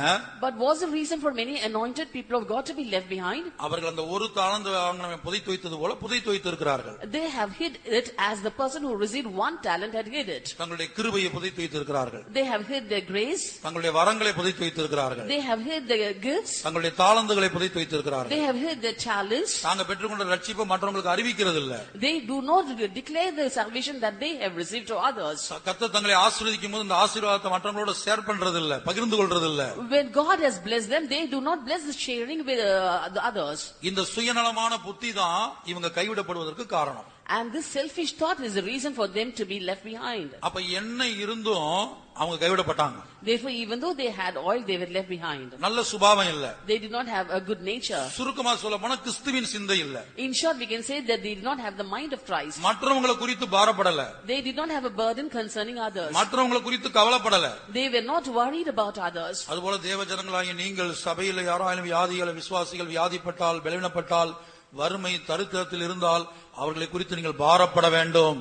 Similarly, you people of God, when you find certain people sick in the church, when you find people weak in the church, when you find people who are financially hard pressed, you should have a burden and a worry concerning them. அவர்களுக்காக ஜெபிக்க வேண்டும். You've got to pray for them. அவர்களுக்காக உபவாசிக்க வேண்டும். You've got to fast for them. உதவி செய்ய முடிந்தால் உதவி செய்ய வேண்டும். If possible, you should help them. சிலவேளை பொருளாதார ரீதியாக உதவி செய்ய சிலருக்கு முடியாமல் இருக்கலாம். At times, you might not be able to financially assist them. அவங்களுக்காக உபவாசித்து கண் விழித்து ஜெபிக்கக்கூடிய கிருபையை கர்த்தர் உனக்கு கொடுத்திருக்கிறார். The Lord has given you grace so that you can fast and stay awake at nights and pray for them. ஆனா இந்த புத்தியுள்ளவர்கள் கைவிடப்பட காரணம் என்ன? But what was the reason for the wise to be left behind? தாங்கள் மாத்திரம் அனுபவிக்க வேண்டும். They have to enjoy it themselves. தாங்கள் மாத்திரம் சுகபோகமாக இருக்க வேண்டும். They alone should be happy. கர்த்தர் தங்களை மட்டும் ஆசீர்வதிக்க வேண்டும். The Lord should bless them alone. நீங்க ஃபேமிலி டாக்டர்னு கேள்விப்பட்டது போல. As you heard about family doctors, family brother ஊழியக்காரங்க ஃபேமிலி பிரதரா இருக்க வேண்டும். you like workers of God as family brothers. Jesus முள்ள ஃபேமிலி ஜீசஸா இருக்கணும், ஃபேமிலி கார்டா இருக்கணும். And you also prefer Jesus to be a family God to you. வேதத்துல அப்படி ஒருத்தனை பார்க்கிறோம். We see of such a man in the scripture. வேதத்துல அப்படி ஒரு குடும்பத்தை பார்க்கிறோம். We see of such a family in the scripture. ஒரு ஊழியக்காரனை பார்த்து என் குடும்பத்துக்கு மட்டும் நீ ஆசாரியனா இரு. And looking unto a priest, he said, you have to be priest only for my family. சில சொல்லுவாங்களே உலகத்துல ஃபேமிலி டாக்டர் எங்களுடைய family டாக்டர்ன்பாங்க. Certain people will be telling about a doctor that they are their family doctors. அதுபோல அநேகர் எதிர்பார்க்கறாங்க. சவுல் எதிர்பார்த்தது அந்த ஊழியக்காரன் வந்து அவனுக்கு ஃபேமிலி ஊழியக்காரனா இருக்கணும். Saul expected that priest to be his family priest. தாவீதுக்காக ஜெபிக்க கூடாது. He shouldn't pray for David. அதுபோல வேதத்துல நியாயாதிபதிகள் புத்தகத்துல ஒருத்தனை குறித்து படிக்கிறோம். Similarly, in the book of Judges, we read of a person ஒருத்தன் ஆசாரியனா மாத்திரி என் குடும்பத்துக்கு மாத்திரம் நீ ஆசாரியனா இரு. making a person as a priest. He said, you must be a priest only to my family. அப்படி ஒரு வசனம் இருக்கிறது. We read such a verse. And Judges chapter 17 verse 9. 10ஆம் வசனம். Verse 10. அப்பொழுது மீகா, நீ என்னிடத்தில் இரு, நீ எனக்கு தகப்பனும் ஆசாரியனுமாய் இருப்பாய். நான் உனக்கு வருஷத்திலே 10 வெள்ளி காசையும் மாற்று வஸ்திரத்தையும் உனக்கு வேண்டிய ஆகாரத்தையும் கொடுப்பேன் என்று அவனிடத்தில் சொன்னான். அப்படியே லேவியன் உள்ளே போனான். And Micah said unto him, dwell with me and be unto me a father and a priest, and I will give thee 10 shekels of silver by the year, and a suit of apparel, and thy victuals. So the Levite went in. 12ஆம் வசனத்துல வாசிக்கும் போது அந்த லேவியனை அவன் பிரதிஷ்டை பண்ணான். In verse 12 we see that he consecrated that Levite. அந்த வாலிபன் அவனுக்கு மாத்திரம் அந்த குடும்பத்துக்கு மாத்திரம் ஆசாரியனா மாறினான். And then that young man became a priest only for his house. கர்த்தருடைய பரிசுத்த நாமத்துக்கு மகிமை உண்டாகட்டும். Glory be to God's holy name. அப்ப நாம் இங்க பார்க்கும்போது இந்த நாம் பெற்றுக்கொண்ட ஆசீர்வாதத்தை இந்த எண்ணெயை மற்றவங்களுக்கு கொடுக்கக்கூடிய கிருபை அந்த புத்தி அந்த சிந்தை கிறிஸ்துவின் சிந்தை நமக்கு இல்லாவிட்டால் வரிகளை கைவிடப்பட்டு போவோம். So if we do not have the mind of Christ, that is the things that we have with us, we should share it with others. If not, we will be left behind in the coming of the Lord. உங்களோட வேலை பார்க்கிற எத்தனையோ நண்பர்கள் பாவத்துல மூழ்கி நரகத்துக்கு போய் கொண்டிருக்கிறார்கள். Many friends who are working along with you would be soaked in sin and would be marching towards hell. காலேஜில் உங்களோடு படிக்கிறவர்கள் நரகத்தை நோக்கி போய் கொண்டிருக்கிறார்கள். And children studying along with you in college would be marching towards hell. யூதா அப்போஸ்தலன் சொல்லுகிறார். Apostle Jude says, நாம் என்ன செய்யணுமாம்? what should we do? இந்த உலகத்தில் நாம் இருக்கும்போது while we live in this world. 22ஆம் வசனம் யூதா 22. Jude verse 22. அல்லாமலும் நீங்கள் பகுத்தறிவுள்ளவர்களாயிருந்து சிலருக்கு இரக்கம் பாராட்டி சிலரை அக்கினியிலிருந்து இழுத்துவிட்டு பயத்தோடே ரட்சித்து. And of some have compassion and making a difference, and others save with fear, pulling them out of the fire. பகுத்தறிவுள்ளவர்களாய் மாற வேண்டும். And we have to have an understanding in this. சிலருக்கு இரக்கம் பாராட்டி, We have to have compassion on certain. சிலர் அக்னியிலிருந்து இழுத்து விடணுமா. And we have to pull certain from fire. உங்களுடைய வேலை ஸ்தலத்துல உங்களுக்கு கீழே வேலை பார்க்கறவங்க, அல்லது நீங்க ஒரு சொந்த பிசினஸ் பண்ணா உங்களுக்கு கீழே வேலை பார்க்கறவங்க, பிள்ளைங்க படிக்கிற இடத்துல கூட படிக்கிறவங்க, உங்க உறவினர்கள், நண்பர்கள் யாரெல்லாம் ரட்சிக்கப்படாம இருக்கிறாங்களோ அவங்களை அக்னியிலிருந்து, நரகத்தின் வல்லமையிலிருந்து நீங்க இழுத்து விடணும். In the place where you work, there will be certain, and children where they study, there will be certain friends, and among your relatives and friends, those who are in hell or in fire, you got to remove them from that. நான் அப்போஸ்தல ஐக்கியத்துல வந்தேன், கர்த்தர் என் குடும்பத்தினை கொண்டு வந்தான், நான் மாத்திரம் அனுபவித்துக் கொண்டு அது நாம் புதைத்து வைத்திருக்க கூடாது. And saying, I alone have come to this apostolic fold and my family is with me, so let me stay alone here, saying so you must not live like that. அப்ப மத்தேயு 25 அதிகாரத்துக்கு நான் வரும்போது, When we come to Matthew chapter 25, இயேசு சொன்ன அந்த புத்தியுள்ள கன்னிகை என்பது உபத்திர காலத்து இரத்த சாட்சிகள். the wise virgins told by Jesus Christ show the tribulation martyrs. இப்ப சபையில காணப்படுகிற அநேகர் கைவிடப்படுவார்கள். The many in this church will be left behind. அந்த கைவிடப்படுறவங்கள ஒரு கூட்டத்தார் இரத்த சாட்சிகளா மரிப்பாங்க. And out of the left behind, one group will die as tribulation martyrs. அப்ப யாரெல்லாம் கைவிடப்படுறா? Who will be left behind? எண்ணெய் இருந்தும், Though they have oil, அந்த எண்ணெயை தேவன் கொடுத்திருந்தோம், though the God has given them oil, கிருபையை கொடுத்திருந்தோம், though he has given grace, அபிஷேகத்தை கொடுத்திருந்தோம், though he has given anointing, உபதேசத்தை கொடுத்திருந்தோம், though he has given doctrines, அதை மற்றவங்களுக்கு அறிவிக்காம, not giving or telling it to others, தங்களுக்குள்ள பத்திரப்படுத்தி மூடி போட்டு, hiding it within themselves, புதைத்து போட்டு, and burying it, மற்றவர்களை அக்னியிலிருந்து இழுத்து விட வேண்டும் என்ற சிந்தை இல்லாமல், not having the mind to pull away people from fire, சுயநலத்தோடு, with selfish motives, சுகபோகமாய் வாழ்ந்தவர்கள், those who have lived a life of ease, அப்படிப்பட்ட பெந்தோஸ்தே ஜனங்கள் கைவிடப்படுவார்கள்.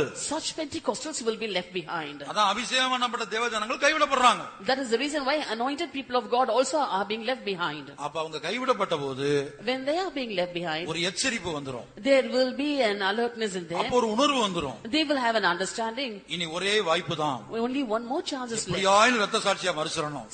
Somehow I have to die as a tribulation martyr. அதான் புத்தியுள்ள கன்னிகை. That is wise virgin. இப்ப அடுத்து புத்தி இல்லாத கன்னிகை, Now the foolish virgin. அவங்க என்ன செய்றாங்க?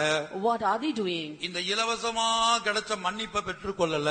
They did not receive pardon which was extended free to them. இலவசமா இப்ப பாருங்க, காத்து விட்டதுக்கெல்லாம் ஜனங்க அதிகம் வர்றதே கிடையாது. We can see many people do not come for the tarrying meetings. பரிசுத்தவான்கள் வந்து ஒரு நோக்கத்தோட தான் இந்த கூட்டங்களை நியமித்து இருக்காங்க. With the purpose the saints have ordained these meetings. புதன்கிழமை வேத பாடம், Wednesdays we got Bible சனிக்கிழமை study, காத்திரு கூட்டம், tarrying meetings on Friday, Saturdays, ஞாயிற்றுக்கிழமை ஆராதனை. Sunday worship. அப்ப என்ன செய்யணும்? காத்து விடல் வந்து அபிஷேகத்துக்காக காத்து இருக்கணும்.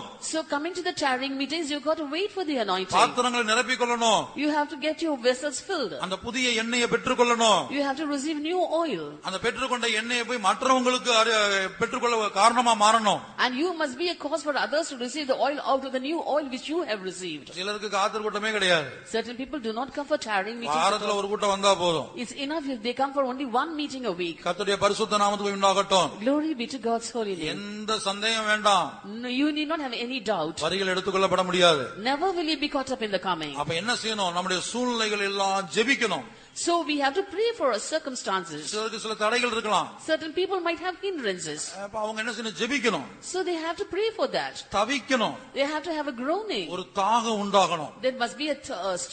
நான் ரெண்டு தாகத்தை குறித்து சொன்னேன். I told you of two types of thirst. ஒன்னு வருகையை பற்றிய தாகம். One is a thirst concerning the coming of the Lord. இரண்டாவது Second, ஜெயஜீவியத்தை பற்றிய தாகம். a thirst concerning an overcoming life. இன்னொரு தாகம் இருக்குது. There is another thirst. அபிஷேகத்தை பற்றிய தாகம். A thirst concerning the anointing. அதை யோவான் எழுதின சுவிசேஷத்திலே இயேசு சொல்லுகிறார். In John the Gospel Jesus says, தாகமாக இருக்கிறவன் இடத்திலே வர கடவன். he that is thirst, let him come unto me. இலவசமா நான் அதை கொடுக்கிறேன். I am giving him free. பண்டிகையின் கடைசி நாள்ல நின்று சத்தமிட்டு கூப்பிடுறார் இயேசு. In the last day, the great day of the feast, Jesus stood and cried, தாகமாக இருக்கிறவன் என்கிட்ட வா. if any man thirst, let him come unto me. இலவசமா நான் கொடுக்கிற இந்த தண்ணீரை பெற்றுக்கொள். He can drink of the water which I give freely. எங்க வாசிக்கிறோம்? John chapter 37:38. John chapter 7 verse 37. பண்டிகையின் கடைசி நாளாகிய பிரதான நாளிலே இயேசு நின்று சத்தமிட்டு, ஒருவன் தாகமாயிருந்தால் என்னிடத்தில் வந்து பானம் பண்ண கடவன். In the last day, that great day of the feast, Jesus stood and cried, saying, if any man thirst, let him come unto me and drink. 39ஆம் வசனத்துல அந்த தண்ணீர் எது? அபிஷேகம் என்பதை நாம் அங்கே பார்க்கிறோம். In verse 39, it is written that the water is compared to an anointing. அங்கே தண்ணீர் அபிஷேகத்துக்கு ஒப்பாக சொல்லுகிறார். Here the Lord compares water to anointing. அப்ப அபிஷேகத்தை பெற்றுக்கொள்ளுங்கிற தாகம் வேணும். So you should have a thirst to receive the anointing. புது எண்ணெய், New oil, புது கிருபை, new grace, புது அபிஷேகம், new anointing, புது கிருபை. new grace. அதான் வாசிக்க அந்த வசனம் எடுத்தீங்களா, காலைதோறும் அவருடைய கிருபைகள் புதியவைகள். And that is what it is written, his mercies are new each morning. காலையில தினந்தோறும் உட்கார்ந்து ஜெபிக்கிறானு, ஜெபிச்சுட்டு தான் நீங்க போகணும், மற்ற காரியங்களை செய்யணும். Every morning, first of all, you have to pray, only then can you go to other matters. பிள்ளைகள் ஸ்கூலுக்கு போவது, Children going to school, காலேஜுக்கு போவது, going to colleges, நீங்க சொந்த பிசினஸ்க்கு போறதா இருந்தாலும் வேலைக்கு போறதா இருந்தாலும், even though you go for your own business or for your job, தினந்தோறும் ஜெபித்துட்டு தான் போகணும், காலைதோறும் ஜெபிக்கணும். every morning, first of all, you got to pray and then go to the other matters. கர்த்தருடைய பரிசுத்த நாமத்துக்கு உண்டாகட்டும். Glory be to God's holy name. எடுத்தாச்சா? Lamentations chapter 3 verse 23. நாம் நிர்மூலமாகாதிருக்கிறது கர்த்தருடைய கிருபையே, அவருடைய இரக்கங்களுக்கு முடிவில்லை, அவைகள் காலைதோறும் புதியவைகள், உமது உண்மை பெரிதாயிருக்கிறது. It is of the Lord's mercies that we are not consumed, because his compassions fail not. They are new every morning. Great is thy faithfulness. காலைதோறும் கிருபை புதியவை. This is mercies are new every morning. அபிஷேகம் புதிய அபிஷேகம் இருக்குது. ஒவ்வொரு நாளும் ஒவ்வொரு அனுபவம். And there is new anointing and experience every day. அதான் பழந்துருத்திகளில் புது ரசத்தை வார்த்து வைக்க மாட்டான்.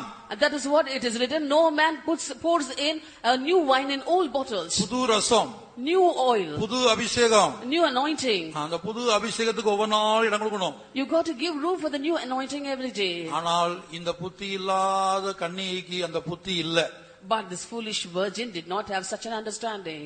கர்த்தருடைய பரிசுத்த நாமத்துக்கு உண்டாகட்டும். Glory be to God's holy name. ஒரு புதிய அபிஷேகத்தை ஒவ்வொரு நாளும் பெற்றுக்கொள்ளணும். Every day we got to receive new anointing. புதிய கிருபையை ஒவ்வொரு நாளும் பெற்றுக்கொள்ளணும். Every day we got to receive new mercies. அதுபோல வெளிப்படுத்தல் புதுசு புதுசா பெற்றுக்கொள்ளணும். Similarly, we got to receive new revelations. அந்த இஸ்ரவேல் ஜனங்கள் வனாந்தரத்துல மன்னாவை தினந்தோறும் அதிகாலையில பொறுக்கினார்கள். As the Israelites picked manna every morning in the wilderness. வெயில் ஏறிச்சுன்னா மன்னா உருகி போகும். When the sun rose up, the manna will melt away. அதிகாலையில அந்த மன்னாவை பொறுக்கினார்கள். So early every morning they gathered manna. அந்தந்த நாளுக்கு தேவையான கிருபையை அபிஷேகத்தை வெளிப்படுத்தல் நீ பெற்றுக்கொள்ள வேண்டும். So you have to receive the graces, anointing and revelations every day. இந்த புத்தி இன்றைக்கு அநேகருக்கு இல்ல. அதான் 99% பேருக்கு இல்ல. Today 99% of the people do not have such an understanding. மற்ற காரியத்துல ரொம்ப தெளிவா இருக்கிறாங்க. In other matters they are quite clear. கர்த்தருடைய பரிசுத்த நாமத்துக்கு மகிமை உண்டாகட்டும். Glory be to God's holy name. அப்ப என்ன சம்பவிக்கிறது? Then what happens? அவர்கள் வருகையிலே கைவிடப்பட்டு உபத்திர காலத்து இரத்த சாட்சியை மறிக்க முடியாது. They are being left behind in the secret coming, and then they are not able to die as tribulation martyrs also. புத்தி இல்லாத கன்னிகையாய் மாறி போகிறார்கள். They become foolish virgins. தீவட்டி இருக்குது. There is a lamp, ஆனா எண்ணெய் இல்ல. but no oil. எண்ணெய் இல்ல. No oil. மணவாளன் வந்து விட்டார். The bridegroom has come. அப்ப உபத்திர காலத்து இரத்த சாட்சிகளை சேர்க்க முடியாது. இயேசு இரண்டாவது வரும்போதும் இவங்களுக்கு போக முடியல. Therefore, when Jesus comes the second time in his second coming to gather the tribulation martyrs also, they are not able to go. அது அந்திகிறிஸ்துவின் மேல் ஏறி இருக்க ஸ்திரீயாக மாறிவிட்டார்கள். And so they have become the woman who rode upon Antichrist. ஏன்னா already இவங்க வந்து என்ன ஆச்சுன்னு சொன்னா வருகையில கைவிடப்பட்ட உடனே அந்திகிறிஸ்துவை பின்பற்றிட்டாங்க. For already after they have been left behind in the secret coming, they have started following Antichrist. உணவுக்காக, for the sake of food, வஸ்திரத்துக்காக, for the sake of garments, தங்குற வீட்டுக்காக, for the sake of a shelter, பிள்ளைகளுடைய படிப்பு வேலைகள் பட்ட சம்பந்தப்பட்ட காரியங்களுக்காக, for the sake of the children's education and job, அவங்க அந்திகிறிஸ்துவை ஏற்றுக்கொள்ள ஆரம்பித்தாச்சு. they have accepted Antichrist. இயேசு வரும்போது நானும் வரேன்னு கூப்பிடுறாங்க. ஏற்றுக்கொண்ட ஒருபாடு கூப்பிடுறாங்க. And when Jesus comes, they also say, Lord, let me come. ஆனா இயேசு சொல்றாங்க, நீங்க யாருன்னு எனக்கு தெரியாது, உங்களை அறியேன். But Jesus says, I know you not. அப்படின்னு உபத்திர காலத்து இரத்த சாட்சிகளை அவர் சேர்த்து கொண்டு போகிறார். And in this way he comes and gathers the tribulation martyrs alone. இனி இந்த மிருகத்தின் மேலே இருக்க ஸ்திரீக்கு கடந்து வருவோம். Now let's come to the woman who was seated upon the beast. இந்த ஸ்திரீ எங்கே உட்கார்ந்திருக்காள் என்று நாம் பார்த்தோம். Where was this woman seated? 1ஆம் வசனத்துல படித்தோம், திரளான தண்ணீர்களின் மேல் உட்கார்ந்திருக்கிறாள். In Revelation chapter 17 verse 1 we saw that she was sitting upon many waters. வெளிப்படுத்தல் 17:1. Revelation 17:1. 7 கலசங்களையுடைய அந்த 7 தூதரில் ஒருவன் வந்து என்னோடே பேசி, நீ வா, திரளான தண்ணீர்கள் மேல் உட்கார்ந்திருக்கிற மகா வேசியோடே பூமியின் ராஜாக்கள் வேசித்தனம் பண்ணினார்களே, அவளுடைய வேசித்தனமாகிய மதுவால் பூமியின் குடிகளும் வெறி கொண்டிருந்தார்களே. And there came one of the 7 angels which had the 7 vials, and talked with me, saying unto me, Come hither, I will show unto thee the judgment of the great whore that sitteth upon many waters. கர்த்தருடைய பரிசுத்த நாமத்திற்கு மகிமை உண்டாகட்டும். Glory be to God's holy name. அப்ப இங்க நாம் பார்க்கும்போது When we see here, திரளான தண்ணீர்கள் மேல் இவள் உட்கார்ந்து இருக்கிறாள். she was sitting upon many waters. அந்த தண்ணீர்களுக்கு என்ன அர்த்தம் என்று நாம் பார்க்கும்போது When we see of the meaning for the waters, 15ஆம் வசனத்துல எழுதப்பட்டிருக்கிறது. is written in verse 15. பின்னும் அவன் என்னை நோக்கி, அந்த வேசி உட்கார்ந்திருக்கிற தண்ணீர்களை கண்டாயே, அவைகள் ஜனங்களும் கூட்டங்களும் ஜாதிகளும் பாசைக்காரருமாம். And he saith unto me, the waters which thou sawest, where the whore sitteth, are peoples and multitudes and nations and tongues. இங்கே அந்த தண்ணீர்களுக்கு விளக்கம் கொடுக்கப்பட்டிருக்கிறது. An explanation has been given for the waters. வருகையிலே கைவிடப்பட்டு being left behind in the secret coming. அபிஷேகம் பண்ணப்பட்ட தேவ ஜனங்கள் வருகையிலே கைவிடப்பட காரணம் என்ன? What was the reason for the anointed people of God to be left behind in the secret coming? அவர்கள் விழுந்து போன சபையாக மாற காரணம் என்ன? What was the reason for them to become the fallen church? அதற்கு சில சுபாவங்கள் தான் காரணம். Certain natures of them were the reasons for those. அது என்ன சுபாவம்? What was it nature? முதலாவது ஜனங்கள் என்பது வேறுபாட்டின் ஜீவியம் இல்ல. First of all, when we say of peoples, they did not have a life of separation. எல்லா ஜனங்களோடு நமக்கு ஐக்கியம் இருக்குது. They were mixing themselves with all people. இரண்டாவது கூட்டங்கள் என்பது Second, when we say of multitudes, மூன்று விதமான கூட்டங்களை குறித்து கேள்விப்பட்டோம். we heard about 3 types of multitudes. அந்த கூட்டத்துல ஒருத்தரா நாம இருந்தா வருகையில போக முடியாது. If we are one among that group, we cannot be caught up in the coming. மூன்றாவது ஜாதி வித்தியாசங்கள் இருந்தால் போக முடியாது என்று கடந்த வாரத்திலே பார்த்தோம். Third, last week saw if we had communal distinctions, we cannot be caught up in the coming. கடைசியாக பாஷை வித்தியாசம். Then finally, about the tongues. கர்த்தருடைய பரிசுத்த நாமத்திற்கு மகிமை உண்டாகட்டும். Glory be to God's holy name. முதலாவது இந்த பூமியில அநேகருக்கு தங்கள் பேசுகிற பாஷையில ஒரு பெருமை காணப்படுகிறது. First of all, in this world, we can say many people take pride in the language that they speak. நீங்க செய்தித்தாள்களை பாத்தீங்கன்னா சிலர் பேட்டி கொடுப்பாங்க. சில அரசியல் தலைவர்கள் நாங்க தமிழன்னு சொல்றதுல பெருமைப்படுறோம். In the dailies, we can see of certain political leaders giving an interview, and in that interview they saying that they take pride in being a Tamilian. அவங்க சார்ந்து இருக்கிற அந்த பாஷையில தமிழருக்கு தமிழ் மொழியில பெருமை. That is the language that they speak. They had a pride in that Tamil. இதேவேளை ஒரு அமெரிக்கன் எடுத்துக்கிட்டீங்கன்னா அவனுக்கு அந்த ஆங்கிலத்துல தான் பெருமை. In this way, when you consider an American, he takes pride in speaking English. இந்தியாவிலே ஒவ்வொரு மொழி இருக்குது. இப்ப கர்நாடகா போனீங்கன்னா கன்னட மொழியில அவங்களுக்கு பெருமை. In India itself, there are various languages. Suppose we take of a person from Karnataka, he takes pride in speaking Kannada. நான் பொதுவாக முதலாவது உலக ஜனங்களுக்குள்ள உள்ளதை சொல்றேன். Generally, first of all, let me tell you about the people of the world. அந்த சுபாவம் தேவ ஜனங்களுக்குள்ள இருக்க கூடாது. That nature should not be found among the people of God. பாஷைகள் நமக்கு எத்தனை பாஷையை தெரிந்திருந்தாலும், even though we are polyglots, முதல்ல ஒரு ரகசியத்தை நம்ம விளங்கிக் கொள்ளணும். First of all, we've got to understand a secret. இப்ப பூமியில காணப்படுகிற எந்த பாஷையா இருந்தாலும், be it any language found on the earth, அது தேவன் தாறுமாக்கினதினால் உண்டாக்கின பாஷை. that was a result of God confounding the languages. இப்ப நீங்க எந்த பாஷை, உங்களுக்கு எத்தனை பாஷை சில சொல்லுவாங்க எனக்கு 8 லாங்குவேஜ் தெரியுமா. Certain people may be saying that they know 8 languages. எனக்கு பிரெஞ்சு தெரியும், I know French, சான்ஸ்கிரிட் தெரியும், I know Sanskrit, ஹிந்தி தெரியும், I know Hindi. என்னென்னமோ தெரியும்னு சொல்லுவாங்க. They say that they know many languages. இதெல்லாம் எத்தனை தெரிந்தாலும், even though you may know many இந்த languages, பாஷை நமக்கு பெருமையை கொண்டு வரக்கூடாது. these languages shouldn't bring a pride in us. முதல் காரியம், First point, பாஷை நமக்கு பெருமையை கொண்டு வரக்கூடாது. languages should not bring pride in us. இரண்டாவது காரியம், Second point, பாஷை நமக்கு பிரிவினையை கொண்டு வரக்கூடாது. languages must not bring in a division among us. நான் இதுக்கெல்லாம் வசனம் சொல்றேன். I'll give you references for all these. முதல்ல பாஷை நமக்கு பெருமையை கொண்டு வரக்கூடாது. First of all, languages shouldn't bring pride. பெருமை வந்தாச்சுன்னா கர்த்தர் நமக்கு எதிரியா மாறிடுறாரு. If pride comes in us, the Lord turns out to be an enemy. தேவன் நமக்கு எதிரியா மாறினா எப்படி வருகையில போக முடியும்? If God becomes our enemy, how can we be caught up in the coming? இரண்டாவது, அந்த பாஷை பிரிவினையை கொண்டு வரக்கூடாது. Second, that language should not bring in divisions. மூன்றாவது, பாஷை ஒரு மனிதனை தாக்குவதற்கு அல்லது ஒரு மனிதனை துன்பப்படுத்துவதற்கு, ஒரு மனிதனை என்ன சொல்றது, அழிப்பதற்கு பயன்படக்கூடாது. And third, languages should not be used to attack a person or hurt a person or destroy a person. முதலாவது, நீங்கள் ஒரு ரகசியத்தை விளங்கிக் கொள்ள வேண்டும். ஆதியாகமம் 11ஆம் அதிகாரத்தை வாசிக்கும் போது பூமி எங்கும் ஒரே பாஷைதான் காணப்பட்டது. First of all, you must know a secret. When we read Genesis chapter 11, we see that there was only one language throughout the whole world. பூமி எங்கும் ஒரே பாஷைதான் இருந்தது. There was only one language throughout the world. எப்போது பாஷைகள் நிறைய பாஷைகள் இந்த உலகத்துல உண்டானது? When did many languages come into this world? ஆதியாகமம் 11ஆம் அதிகாரம் 1ஆம் வசனம். Genesis chapter 11 verse 1.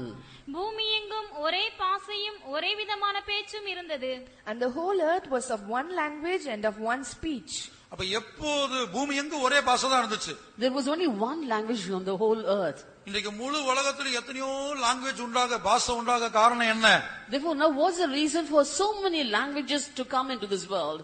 தேவ சித்தத்துக்கு விரோதமாக ஜனங்கள் கிரியை செய்ய ஆரம்பித்த போது, when people started to work against the will of God, ஜனங்களுக்குள்ள பாவம் காணப்பட்ட போது, when there was sin in the people, கர்த்தர் ஜனங்களை நியாயம் தீர்க்கும்படியாக to judge the people, ஜலப்பிரளயத்தை வரப்பண்ணினார். the Lord brought in a deluge. அப்ப அதுல ஒரு பெரிய அழிவு சம்பவித்தது. And there was a great destruction because of that. அப்ப அதுல தப்பித்த ஜனங்கள் என்ன செய்தாங்க? To escape that, 8 பேர் தப்பித்தார்கள். 8 people were saved. 8 பேரை கொண்டுதான் இந்த பொல்லாத உலகம் ஆரம்பமானது. This present evil came into being with that 8 people. பூர்வ உலகம் அழிக்கப்பட்ட போது 8 பேர் தான் தப்பினாங்க. When the old world was destroyed, only 8 people made good out of it. அதுக்கு பிற்பாடு இந்த பொல்லாத உலகம் 8 பேரை வைத்து தான் ஆரம்பமானது. And after that, this present evil world came into being with 8 people. அப்ப அந்த ஜனங்க பெருகி வந்தபோது என்ன நினைச்சாங்கன்னா, இந்த விஷயத்தை கேள்விப்பட்டவங்க, இனி ஒரு முறை தேவனுடைய நியாய தீர்ப்பு வருமானால் நாம் என்ன செய்வோம்? ஏறி தப்பித்துக் கொள்ள முடியாது ஒரு உயரமான வானத்தை தொடக்கூடிய அளவுக்கு ஒரு கோபுரம் கட்டுவோம். Therefore, when people came to know of this matter, to escape the impending danger in future, the people decided to build a great tower so that they could climb upon it and escape the destruction. 4ஆம் வசனத்தை படிக்கிறோம். நான் கோபுரத்தை கட்டுவோம், பேர் உண்டாக பண்ணுவோம். And in verse 4 it is written, let us build a tower and also get a name. அப்ப 6-7 வசனங்களை படித்து பாத்தீங்கன்னா, when we read verses 6 and 7, வாசிக்க சமயம் இல்ல, கேட்டுக்கொள்ளுங்க, பார்த்துக்கொள்ளுங்க. we don't have time to read all those now. 6-7 வசனங்களை வாசிக்கும்போது, when we read verses 6 and 7, ஆதியாகமம் 11:6-7, Genesis chapter 11 verses 6 and 7, அப்ப கர்த்தர் என்ன செய்தார்? ஜனங்கள் தம்முடைய சித்தத்துக்கு நோக்கத்துக்கு விரோதமாக ஜீவிக்கிறாங்கங்கற அறிந்தபோது, திரித்துவ தேவன் இறங்கி வந்து ஜனங்களுடைய பாஷையை தாறுமாறாக்கினார். when the Lord had come to know that the people were working and living against the will of God, the triune God came down and confounded the language of the people there. ஜனங்களுக்கு மேல நியாய தீர்ப்பை கர்த்தர் ஏன் கொண்டு வந்தார்? Why did the Lord bring about a judgment upon the people? பாவத்தை விட்டு அவங்க மனம் திரும்பணும். They had to repent from the sinful ways. ஆனா ஜனங்க என்ன நினைச்சாங்க? But what did the people think?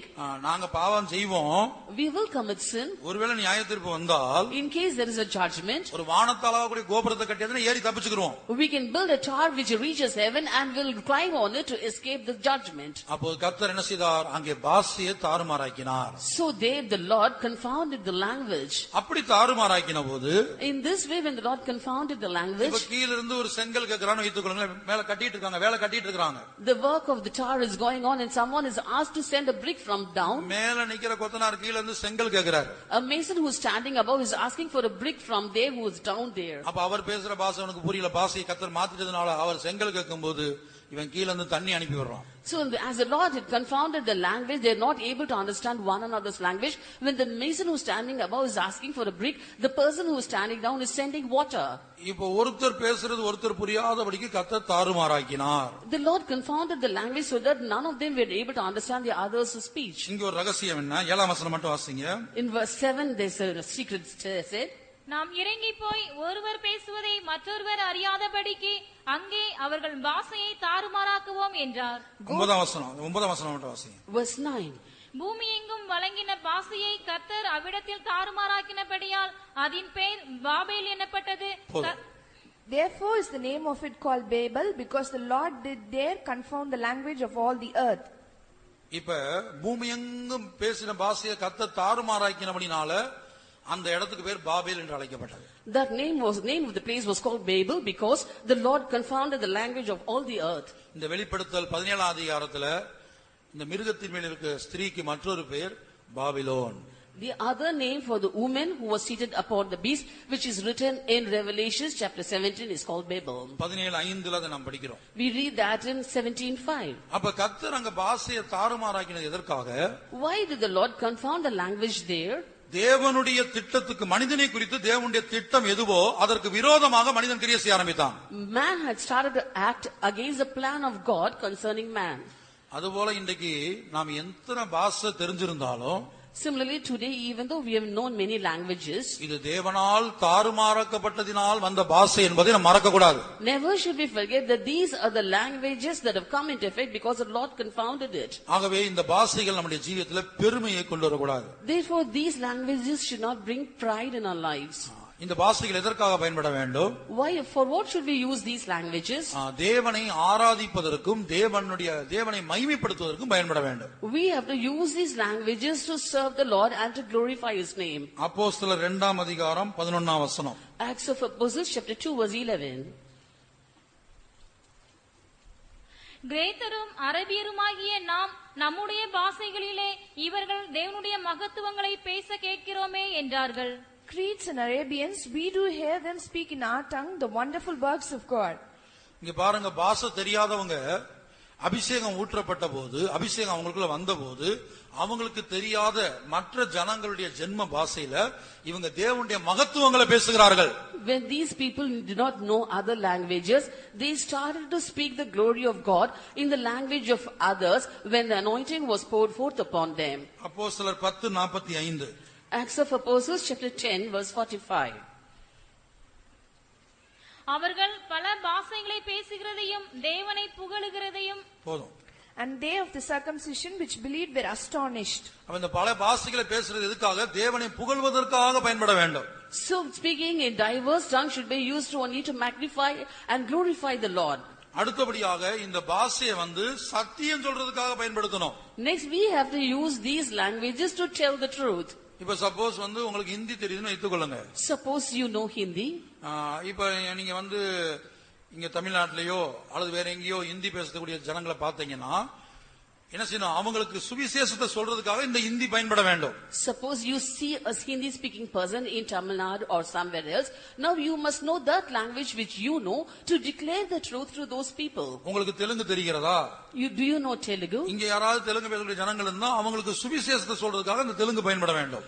To tell the gospel to those people who know only Telugu, here you must use that language. அப்போஸ்தலர் 22:2. Acts of Apostles chapter 22 verse 2.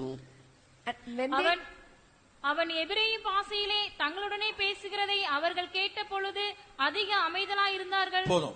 And when they heard that he spake in the Hebrew tongue to them, they kept the more silence. எபிரேய பாஷையில் அவர் பேச ஆரம்பித்த போது கலகம் பண்ணிக்கிட்டு இருந்த ஜனங்கள் எல்லாம் அந்த பாஷையை கேட்டபோது அந்த பாஷையிலிருந்து அவர் என்ன பேசுறாருன்னு கேட்கறதுக்காக அமைதலா மாறினாங்க.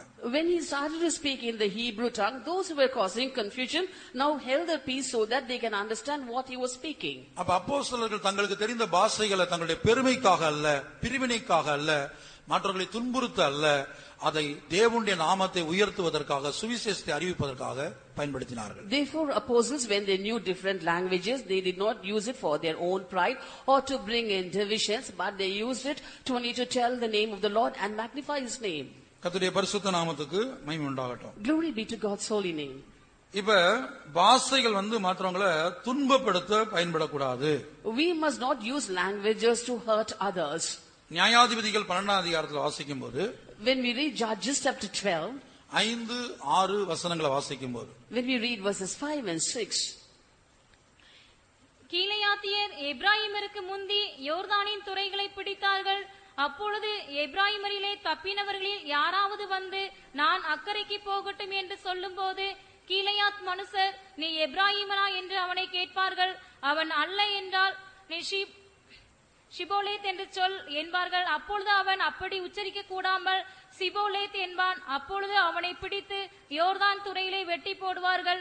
அக்காலத்திலே எப்ராயிமரில் 42,000 பேர் விழுந்தார்கள். And the Gileadites took the passages of Jordan before the Ephraimites. And it was so that when those Ephraimites which were escaped said, Let me go over, that the men of Gilead said unto him, Art thou an Ephraimite? If he said, Nay, then said they unto him, Say now Shibboleth. And he said, Sibboleth, for he could not frame to pronounce it right. Then they took him and slew him at the passages of Jordan. And there fell at that time of Ephraimites 40 and 2,000. இப்ப இந்த வசனத்தை நீங்க வீட்டுல போய் ஆராய்ந்து பார்த்துக் கொள்ளுங்க. Now you can go home and meditate this verse. ஒரு யுத்த சமயத்துல At the time of battle, எப்ராயிமர்களை கண்டுபிடிக்கும்படியாக to find out the Ephraimites, நீ எப்ராயிமனா என்று கேட்பாங்க. they will go and ask him, Are you an Ephraimite? எப்ராயிமன் தான் இவன் என்பதை கண்டுபிடிக்கும்படியாக ஒரு வார்த்தையை உச்சரிக்க சிபோலத். They will ask that person to pronounce the term Shibboleth to find out if he was actually an Ephraimite. அப்ப அவனுக்கு அந்த ஷா வராம சிபோலத் அப்படின்னு சொல்லியாச்சுன்னா, Suppose he was not able to pronounce it Shah and said Sibboleth, அந்த பாஷையை வச்சு இவன் இன்னாளுங்கிறத இன்ன ஜாதிங்கிறத கண்டுபிடிப்பாங்க. by his pronunciation they used to find out that he belonged to such and such tribe. உதாரணமாக, For example, இப்ப நம்ம மலையாள பாட்டு புத்தகத்தை வச்சு எல்லாரும் மலையாள பாட்டு பாடிக்கிட்டு இருக்கோம். now having a Malayalam song book with us, all of us are singing Malayalam songs. நம்ம தமிழ்நாட்டுல இருந்துட்டு மலையாள பாட்டு பாடுறதுக்கும் நீங்க கேரளால போய் கேட்டீங்கன்னா அது என்ன இனிமையா இருக்கும் தெரியுமா அந்த மலையாள பாட்டு. We Tamilians sing a Malayalam song in Tamil Nadu, but those people in Kerala, when they sing the same Malayalam song, it will be so melodious to listen to those. அடுத்து நம்ம இங்கிலீஷ் பாட்டு பாடுறோம். Now we'll sing English songs. இதே இத போய் நம்ம இருமலி கன்சர்ல போய் உட்கார்ந்து பாத்தீங்கன்னா ஃபாரின்ல இருந்து வந்தவங்க பாடுவாங்க பாட்டு. And the same song in the Irumbriyur convention, foreigners will be coming and singing. அவங்க பேசுற இங்கிலீஷ், அவங்க பாடுற அந்த இங்கிலீஷை பாக்குறதுக்கும் நம்ம பாடுற இங்கிலீஷை பாக்குறதுக்கும் ஒருவேளை பிரிட்டிஷ்காரன் ஒரு அமெரிக்கா வந்தாலும் அப்படியே தொங்கிடுவான். And the way they sing English song and speak English, and the way we sing English songs and speak English is quite different. Suppose a British or an American come and listen to all those, he'll be hanging. நம்ம பெருமைப்படுறோம், எனக்கு English தெரியும், எனக்கு மலையாளம் தெரியும், எனக்கு தெலுங்கு தெரியும் சொல்றான். ஆனா நம்ம உச்சரிப்பை வச்சு இவன் ஒரிஜினல் தெலுங்கனா, இவன் ஒரிஜினல் இங்கிலீஷ் பேச முடியுமா, அல்லது ஒரு பிரிட்டிஷ்காரனா அமெரிக்கனா அப்படிங்கறத நம்ம பேசுற அந்த பாஷை உச்சரிப்பு காட்டி கொடுத்து விடும். We take pride in saying we know English, Malayalam and Telugu, but by the way we pronounce, we can know or we can make sure if we are an original Telugu person or a Malayali or a British. அப்ப இந்த பாஷையை அவங்க எதுக்காக பயன்படுத்தினாங்க? For what did they use this language here? நல்ல காரியத்துக்கு அல்ல. Not for a good purpose. அந்த வாயில உச்சரிக்க வச்சு இவன் பொய் சொல்றான், இவன் நம்மால் கிடையாது, வெட்ராவணன் சொல்லி வெட்டினாங்க. And they made him to pronounce a word, and by the pronunciation they were able to find out if he was an Ephraimite or not, slew him then and there. அடுத்தபடியாக Next, ஏசாயா 36 அதிகாரத்துல in Isaiah chapter 36, 11-13 வசனத்துல ரெண்டு சம்பவங்களை பார்க்கிறோம். in verses 11 and 13 we see of two instances. ஏசாயா 36 11-13.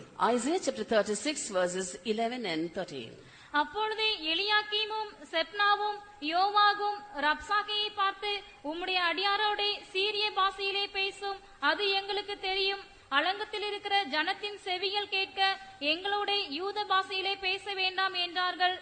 ரப்சாக்கே நின்று கொண்டு யூத பாஷையிலே உரத்த சத்தமாய், அசீரியா ராஜாவாகிய மகாராஜாவுடைய வார்த்தைகளை கேளுங்கள். Then said Eliakim and Shebna and Joah unto Rabshakeh, Speak, I pray thee, unto thy servants in the Syrian language, for we understand it, and speak not to us in the Jews' language in the ears of the people that are on the wall. Then Rabshakeh stood and cried with a loud voice in the Jews' language and said, Hear ye the words of the great king, the king of Assyria. இங்க பாருங்க, ரப்சாக்கே என்று சொல்லக்கூடியவனுக்கு சீரிய பாஷையும் தெரியும், யூத பாஷையும் தெரியும். Rabshakeh knew both the Syrian language and the Jewish language. இங்க தேவனுடைய ஜனங்கள் சார்பாக சிலருடைய பேரை வாசித்தோம். ஏசாயா 36:11 அவங்களுக்கும் சீரிய பாஷையும் தெரியும், யூத பாஷையும் தெரியும். In Isaiah chapter 36 verse 11 we saw of certain people of God, they also knew both the language, that is the Syrian language and the Jewish language. நல்லா விளங்கிக் கொள்ளுங்க. Carefully understand. இப்ப சீரிய பாஷையில எங்களோட பேசணும் இவங்க யூதர்கள் கேக்குறாங்க. These Jews were asking him to speak to them in the Syrian language. அதாவது யுத்தம் பண்ண முடியாது வந்திருக்காங்க. He has come to fight. சில எச்சரிப்புகளை கொடுக்கறான். He was giving them certain words of caution.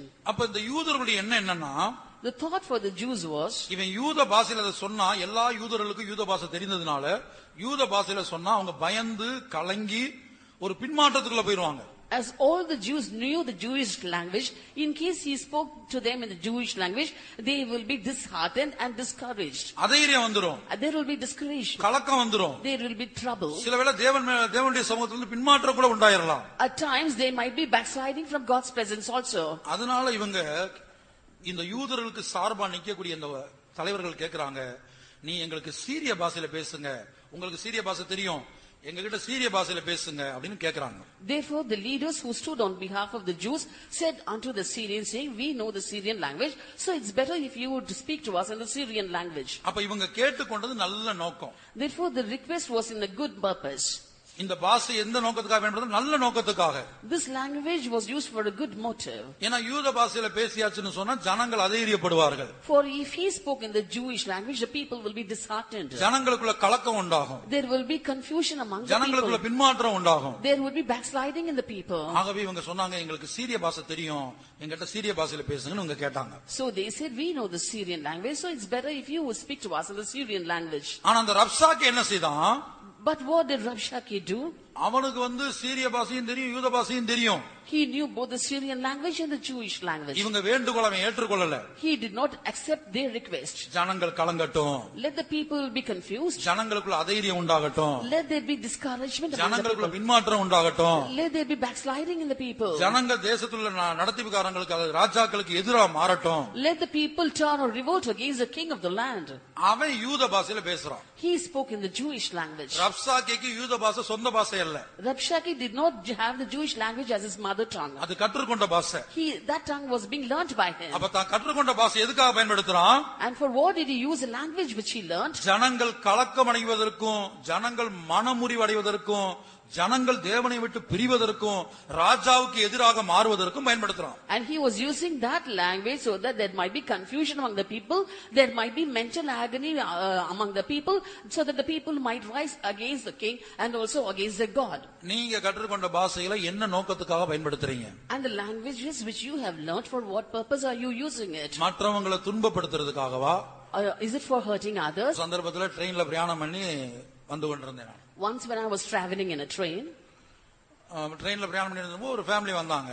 a family also came along with me in the train. அப்ப அவங்க தெலுங்குல பேசிட்டே வந்தாங்க. They were speaking in Telugu all the while. பேசுறதுக்குள்ள என்ன பத்தி தான் பேசிட்டு இருக்காங்க. All the while they were speaking about me. நான் ஒண்ணுமே பேசாம உட்கார்ந்திருந்தேன். I never answered anything. ஏன்னா இந்த Dress பார்த்து, இந்த Dress ஊழியத்தை குறித்து, இந்த ஊழியம் எப்படி, உங்க ஊழியம் செய்யறது எப்படி அப்படின்றத பத்தி, இந்த கிறிஸ்தவர்கள் எப்படி அப்படிங்கறத பத்தி தெலுங்குல ஒருத்தருக்கு நல்லா பேசிட்டே வந்தாங்க. Looking at my dress, and they were speaking about my ministry and how come all these things about Christians, and they were speaking in Telugu. இறங்க போறது கொஞ்ச நேரத்துக்கு முன்னாடி, just a short while before they were to alight, அப்ப நான் அவங்ககிட்ட சொல்ல ஆரம்பிச்சேன், நீங்க பேசுனதெல்லாம் தவறு, இந்த மாதிரி இல்ல, இந்த ஊழியங்கிறது வேற மாதிரின்னு சொல்லி அவங்ககிட்ட சொன்ன உடனே அவங்களுக்கு அப்படியே ஆயிருச்சு. அப்ப உங்களுக்கு தெலுங்கு தெரியுமா? And then I started to speak to them and said that the notion that you got about the ministry is wrong. That's something else, something different. Then they were shocked to hear that I knew Telugu. எல்லாரும் ஃபேமிலில எல்லாருக்கும் ஒரு மாதிரி கையெல்லாம் ஓதறி முகமெல்லாம் வேர்த்துருச்சு. And the countenance of everyone in the family fell because they came to know that I knew Telugu.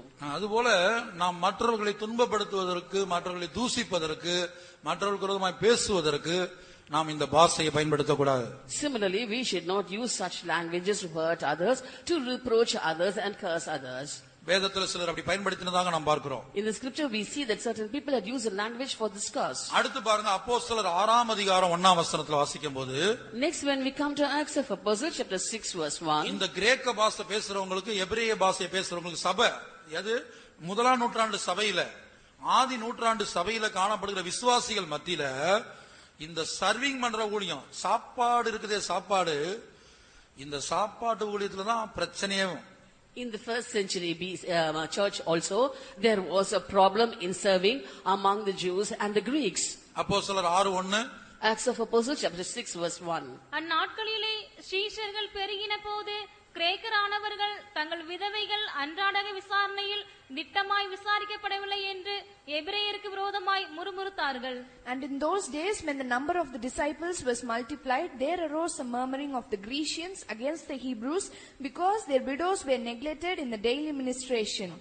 கர்த்தருடைய பரிசுத்த நாமத்துக்கு மகிமை உண்டாகட்டும். Glory be to God's holy name. அப்ப இந்த கிரேக்கர்கள் என்ன செய்றாங்க? What did the Greeks do? ஒரே கம்ப்ளைண்ட் பண்றாங்க. They were coming with complaints. பரிசுத்தவான்கள் வந்து சொல்றாங்க, They telling to the saints, நான் கிரேக்கன், I am a Greek. எங்களுடைய கிரேக்க இனத்தை சேர்ந்த விதவைகள் Our Greek widows, இந்த விசாரணையில பந்தி விசாரிக்கும் போது அவங்களை விசாரிக்க மாட்டாங்க. எபிரேயர்கள் சரியா விசாரிக்க மாட்டாங்க. the Hebrews have neglected our widows in daily ministration. அவங்களுக்கு முட்டை கொடுத்தாங்க, இவங்களுக்கு முட்டை வைக்கல.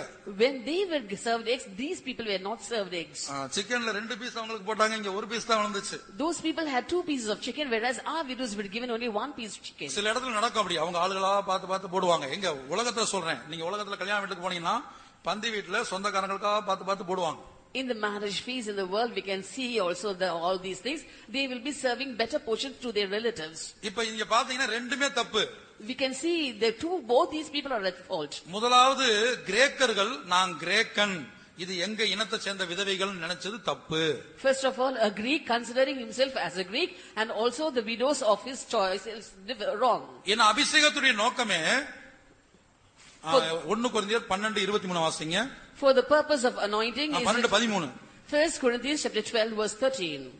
நாம் யூதராயினும் கிரேக்கராயினும் அடிமைகளாயினும் சுயாதீனராயினும் எல்லாரும் ஒரே ஆவியினாலே ஒரே சரீரத்துக்குள்ளாக ஞானஸ்நானம் பண்ணப்பட்டு எல்லாரும் ஒரே ஆவிக்குள்ளாகவே தாகம் தீர்க்கப்பட்டோம். For by one Spirit are we all baptized into one body, whether we be Jews or Gentiles, whether we be bond or free, and have been all made to drink into one Spirit. அபிஷேகம் வர்றதுக்கு முன்னாடி நான் கிரேக்கன், நான் யூதன், நான் இன்னாளு அன்னாளுங்கிற எண்ணம் நமக்கு இருக்கலாம். Before getting anointed, we might have a feeling among us saying, I am a Grecian, they are a Hebrew, and so on. அபிஷேகம் பண்ணப்பட்ட பிற்பாடு நான் கிரேக்கன், இவங்க ஏன் இனம், இவங்க என் சொந்தக்காரங்க, அந்த புத்தி இருக்க கூடாது. But after being anointed, we must not have a mind or a thought saying, I am a Grecian, they are my relative, and so on. நீ கிரேக்கனாகவோ யூதனாகவோ அல்லது வேற எந்த ஜாதியாகவோ எந்த பாஷைக்குரியவனாகவோ இருந்தால் கிறிஸ்துவின் சரீரமாகிய சபையில நீ அவயமா இன்னும் மாறவே இல்ல. If you are a Greek or a Jew or be it any language, then you have not come as a member of the body of Christ. அப்ப இவங்க என்ன சொல்றாங்க, நாங்க வந்து கிரேக்கர்கள், எங்கள் இனத்தை சேர்ந்த விதவைகளுக்கு சரியா சாப்பாடு போட மாட்டாங்க.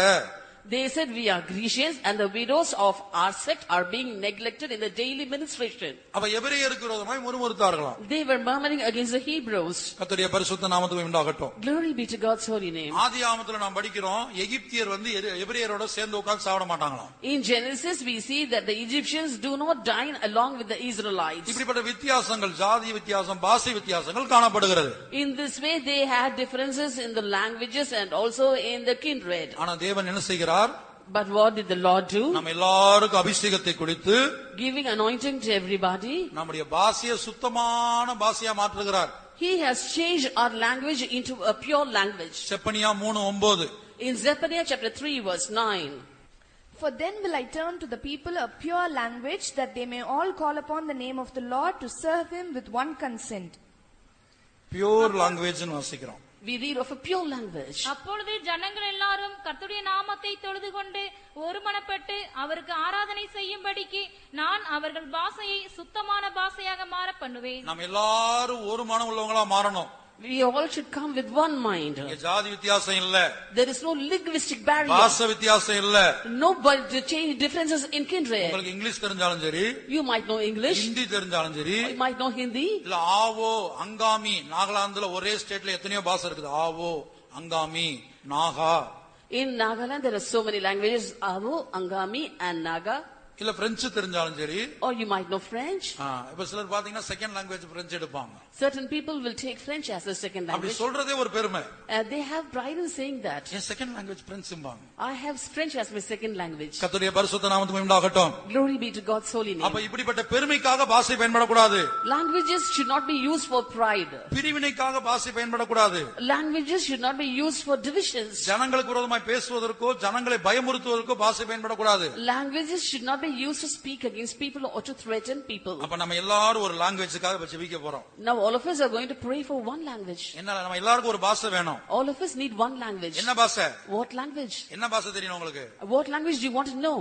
பியூர் லாங்குவேஜ், சுத்தமான பாஷை. A pure language. தேவனை ஆராதிப்பதற்கு, To worship the Lord எந்த வித்தியாசமும் இல்லாமல், without any differences. நம்ம எல்லாரும் ஒரே மனதோடு, All of us with one consent. ஒரே இருதயத்தோடு With one heart. தேவனை ஆராதனை செய்வதற்கு To serve the Lord. சுத்தமான பாஷையாய், A pure language. இது ஆக்சுவலா இந்த வசனம் வந்து 1000 வருட அரசாட்சி நடக்கிற சம்பவம்.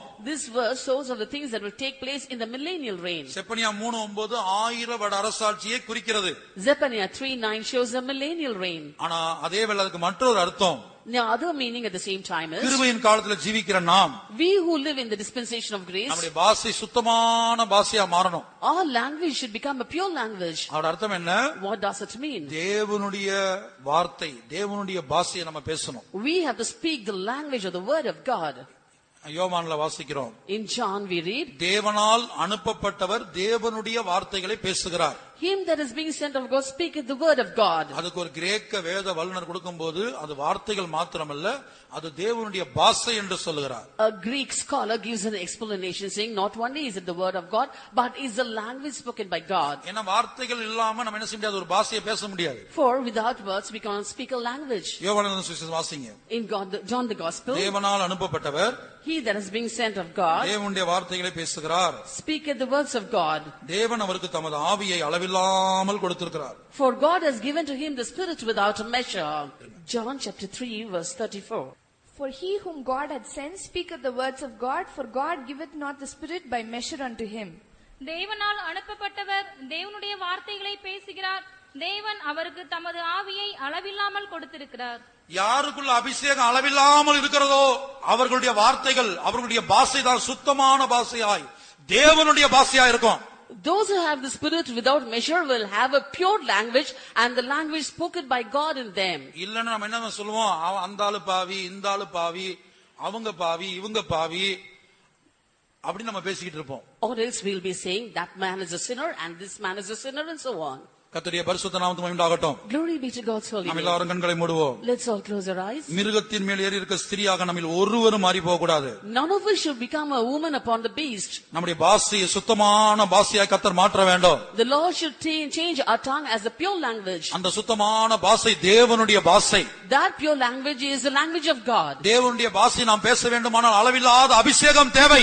If we need to speak the language of God, we need immeasurable spirit. அந்த அபிஷேகத்தின் மூலமாக ஆண்டவர் நம்முடைய பிரிவினைகளை அகற்றுகிறார். And by that anointing the Lord is removing all divisions. வித்தியாசங்களை அகற்றுகிறார். He is removing all distinctions. அருமையான தேவனுடைய பிள்ளையே, Dear child of God, இந்த சத்தியத்தை கேட்டு நம்மில் யாருக்குள்ளாவது இந்த பிரிவினைகள் காணப்படுகிறதா? and we who are listening to these truths, have we got divisions among us? இனப்பாசம், And we have communal மொழி feelings, பாசம், a language ஜாதி attraction, பாசம், an attraction towards a tribe. இதையெல்லாம் நமக்கு உண்டோ? Have we got all these? அப்படியான நிச்சயப்படுத்திக் கொள்ளுங்க. If that be so, we have to make one thing இப்போது sure. ஆண்டவர் வந்தால் மிருகத்தின் மேல் இருக்க ஸ்திரியாக நாம் மாறி போவோம்.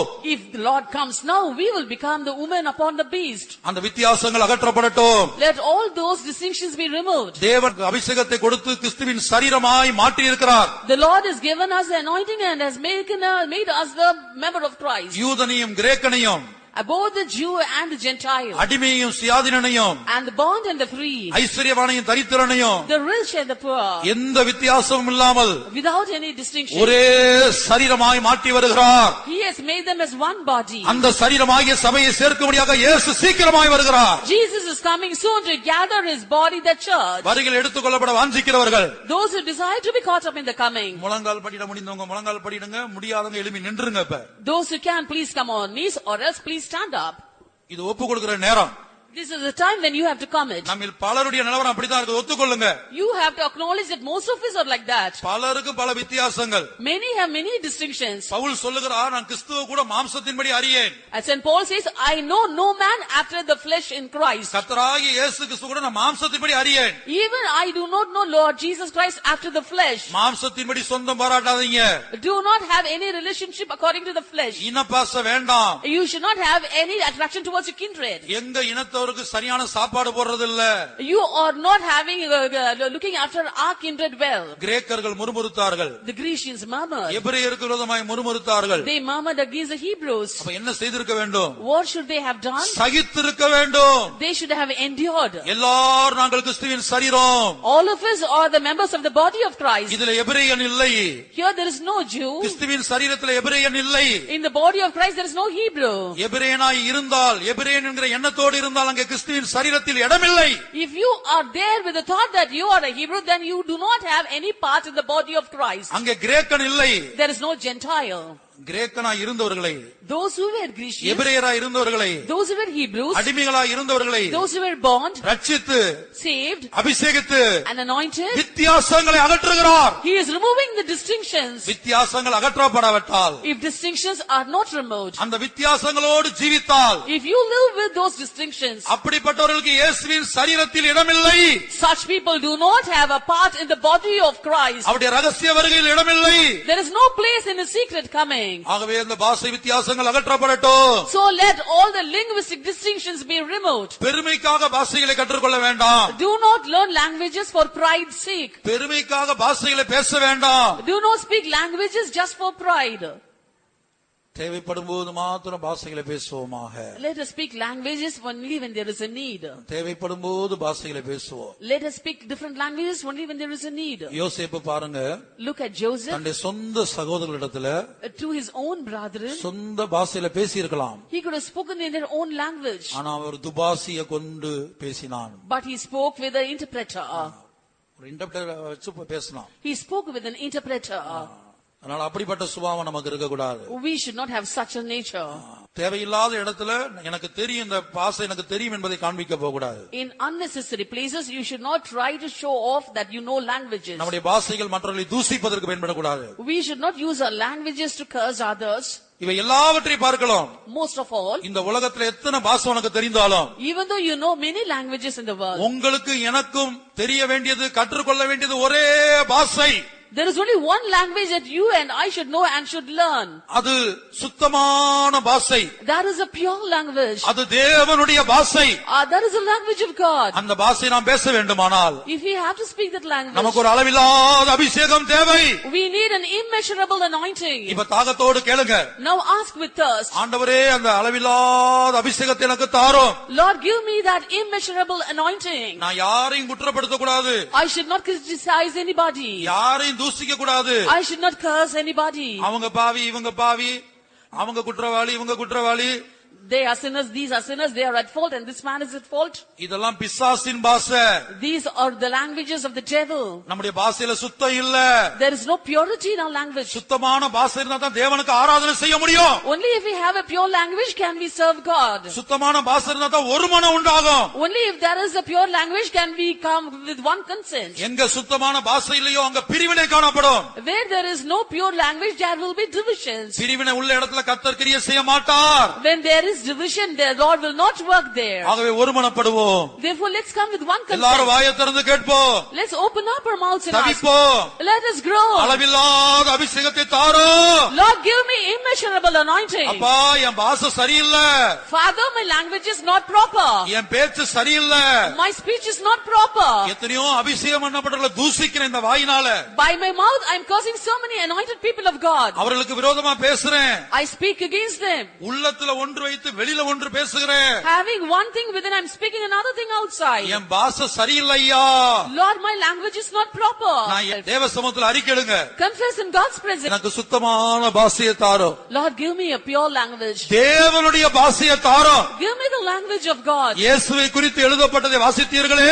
You have read what's written about Jesus. தேவனால் அனுப்பப்பட்டவர் தேவனுடைய வார்த்தைகளை, தேவனுடைய பாஷையை பேசுகிறார். Him that is being sent of God speaketh the words of God in the language of God. தேவன் அவருக்கு தமது ஆவியை அளவில்லாமல் கொடுத்திருக்கிறார். And the Lord has given him his spirit without measure to him. அந்த அபிஷேகத்துக்காக தவிப்போமாக. Well, let us groan for that anointing. சுத்த ஜீவியமும் தூய ஒளியமும் கர்த்தனே உமக்கு நல் காணிக்கையாம்.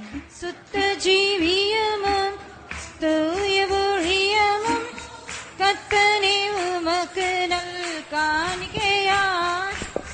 சித்தம் கண்டமை நீ பாவிப்பதாலே, சித்தம் கண்டமை நீ பாவிப்பதாலே மெத்தவும் பலன் காண்போம். நாங்கள் மெத்தவும் பலன் காண்போம். சுத்த ஜீவியமும் தூய ஒளியமும் கர்த்தனே உமக்கு சுத்த ஜீவியத்தை தாரும் ஐயா. சுத்த ஜீவியமும் தூய ஊழியத்தை நான் செய்யட்டும். ஊழியமும் கர்த்தனே உமக்கு நல் காணிக்கையான். சித்தம் கண்டு வைனே பித்தன் கண்ணிமை பாவிப்பதாலே மெத்தவும் பலன் காண்போம். நாங்கள் மெத்தவும் பலன் காண்போம். தாகத்தை தீருமையா, தாகத்தை தீருமையா, அபிஷேகத்தை தாருமையா, தாகத்தோடு பாடுங்க. தாகத்தை தீருமையா, அபிஷேகத்தை தாருமையா, எங்கள் தாகத்தை தீருமையா, அபிஷேகத்தை தாருமையா, எங்கள் தாகத்தை தீருமையா, அபிஷேகத்தை தாருமையா, எங்கள் தாகத்தை ஆமென். ஹல்லேலூயா. அபிஷேகத்தை தாருமையா, எங்கள் தாகத்தை தீருமையா, அபிஷேகத்தை தாருமையா, எங்கள் தாகத்தை தீருமையா, அபிஷேகத்தை தாருமையா, எங்கள் தாகத்தை தீருமையா, அபிஷேகத்தை தாருமையா. கர்த்தருடைய பிள்ளையே, ஒரு தாகத்தோடு நாம் காணப்படுவோமாக. இயேசு சீக்கிரமாய் வருகிறார்.